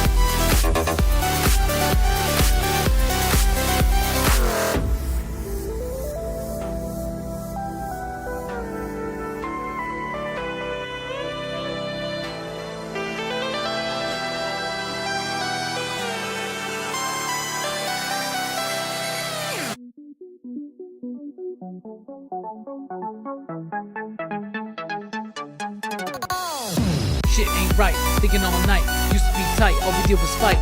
Tried to play me, tried to be like me. Twist, twist me, twist all beat.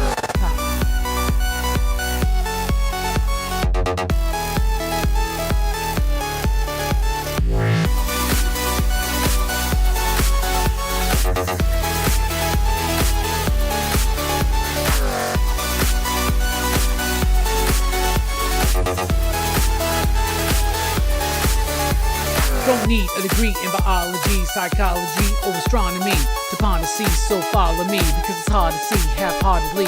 Possibly you're not fond of me, and if you think I give a shit, you think retardedly. Respond to Z's, I respond to please, spit this contactology. What's up, y'all? All right. So I wanted to hang out with y'all for a little bit for post-credits. For Robbie Week, everybody, station. Have a good Robbie Week. Your mission tomorrow night will be to watch Akira and join us talking about Akira. Watch one of my favorite movies, Akira. It's your mission tomorrow. Smoke some good-ass weed if that's what you do. All right. Usually, when I get an action figure, I like to delay my pleasure in opening it. I have Transformers figures that I've had for over 2 years I have not opened. Delaying that pleasure.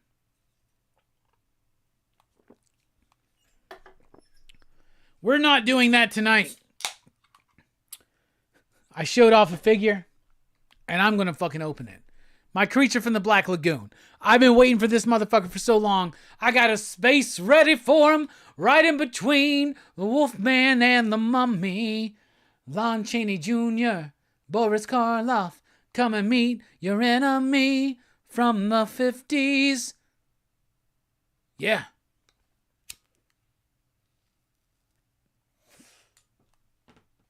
Let's fucking do it. Slash there. My trusty multi-tool that I use specifically to just open action figures and clear out bowls. All right.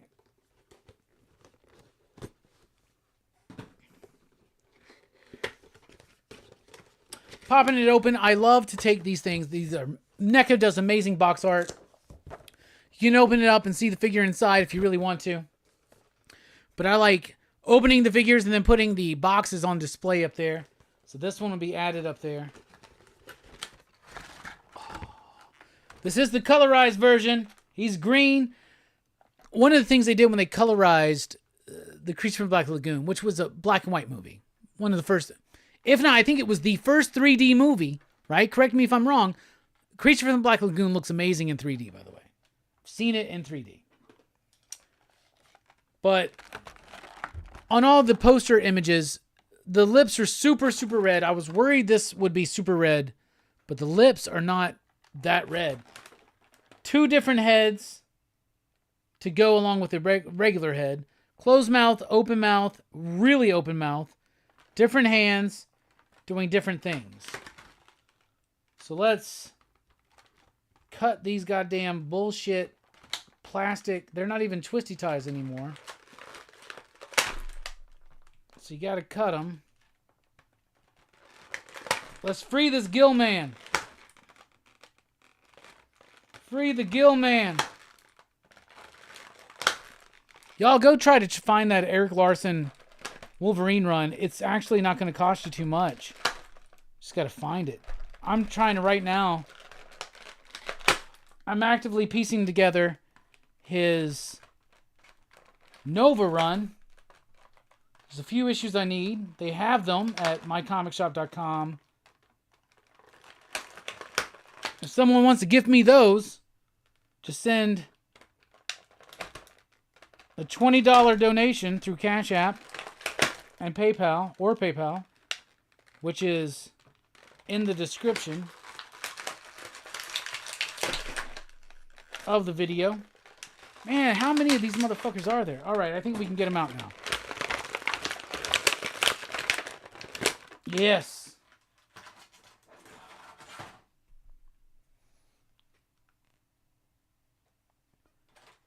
Oh, what head to use? I have to think about what head to use to display them. But let's show them off real quick. Look at that beautiful fucking figure.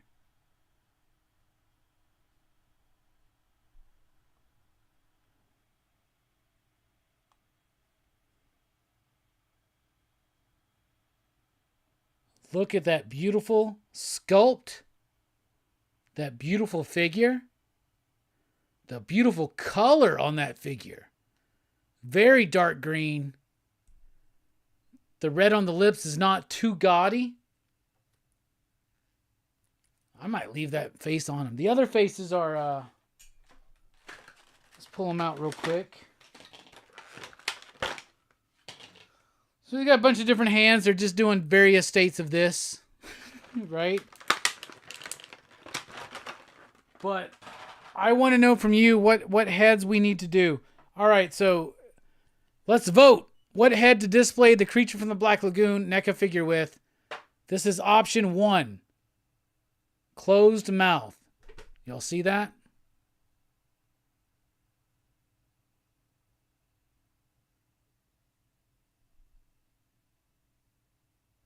Closed mouth. Option 2. Slightly open mouth. Option number 3. Really large open mouth. I don't like this one. I think I'm going to vote for 1. 1. 2, 3. What do y'all think? 1, 2. This one's 2, 3. Pete says 3. Link says 3. Shit, y'all are outvoting me. Bobby says 1. All right, it's a tie. 2 for 3. 2 for 1.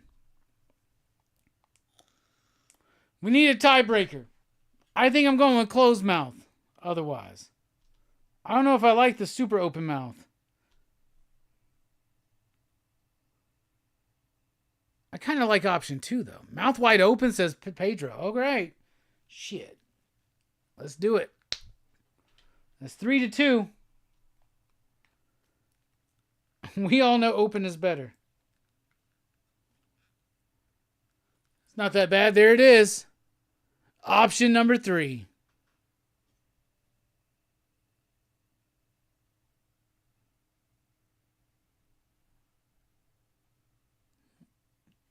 We could compromise and do 2, said Pete. No, the audience chose 3. We're going to do 3. At least for 1 week. All right, before we dip out, we got a taste test. There's a new Little Debbie out there. Nutty Buddy Cream Pies. The Nutty Buddy is the best Little Debbie out there. The oatmeal cream pie is a top tier fucking Little Debbie. Nutty Buddy Cream Pies, get the fuck out of here. I bought these earlier today. I've been itching to fucking try it. I was supposed to try the new Mountain Dew and I forgot to fucking grab one. But let's do it. The Nutty Buddy Cream Pie. Nutty Buddy. Peanut butter, chocolate, crispy wafer. How do they replicate that? What do they do here? Let's see. It's melty.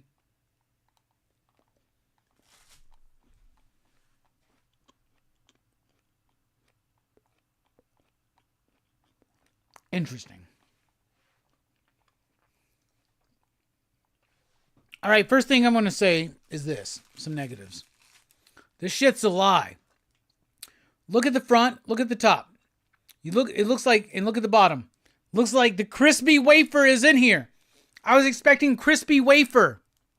No crispy wafer. Soft. But not soft like the oatmeal cream pie. In the middle of soft and crunchy. In that weird spot. That lukewarm spot. Flavor tastes exactly like a Nutty Buddy. That's great. It needs crisp to it. It didn't deliver on the crisp. I don't like moon pies. It feels like a moon pie. A moon pie is crispier than this motherfucker. Let me double check. It's comparable. It's basically a Nutty Buddy moon pie. You're right. I don't like it. 2.5. The flavor's right. The texture's wrong. Yeah. You're right, Pete. Oatmeal cream pie is a top tier snack. All right, y'all. I guess we're officially done. Thank you. See you next week for Rockin Robbie Live and all that other bullshit. I love y'all. Don't forget, PCB movie night tomorrow night. Akira. It's going to be fun. Yeah, we're out.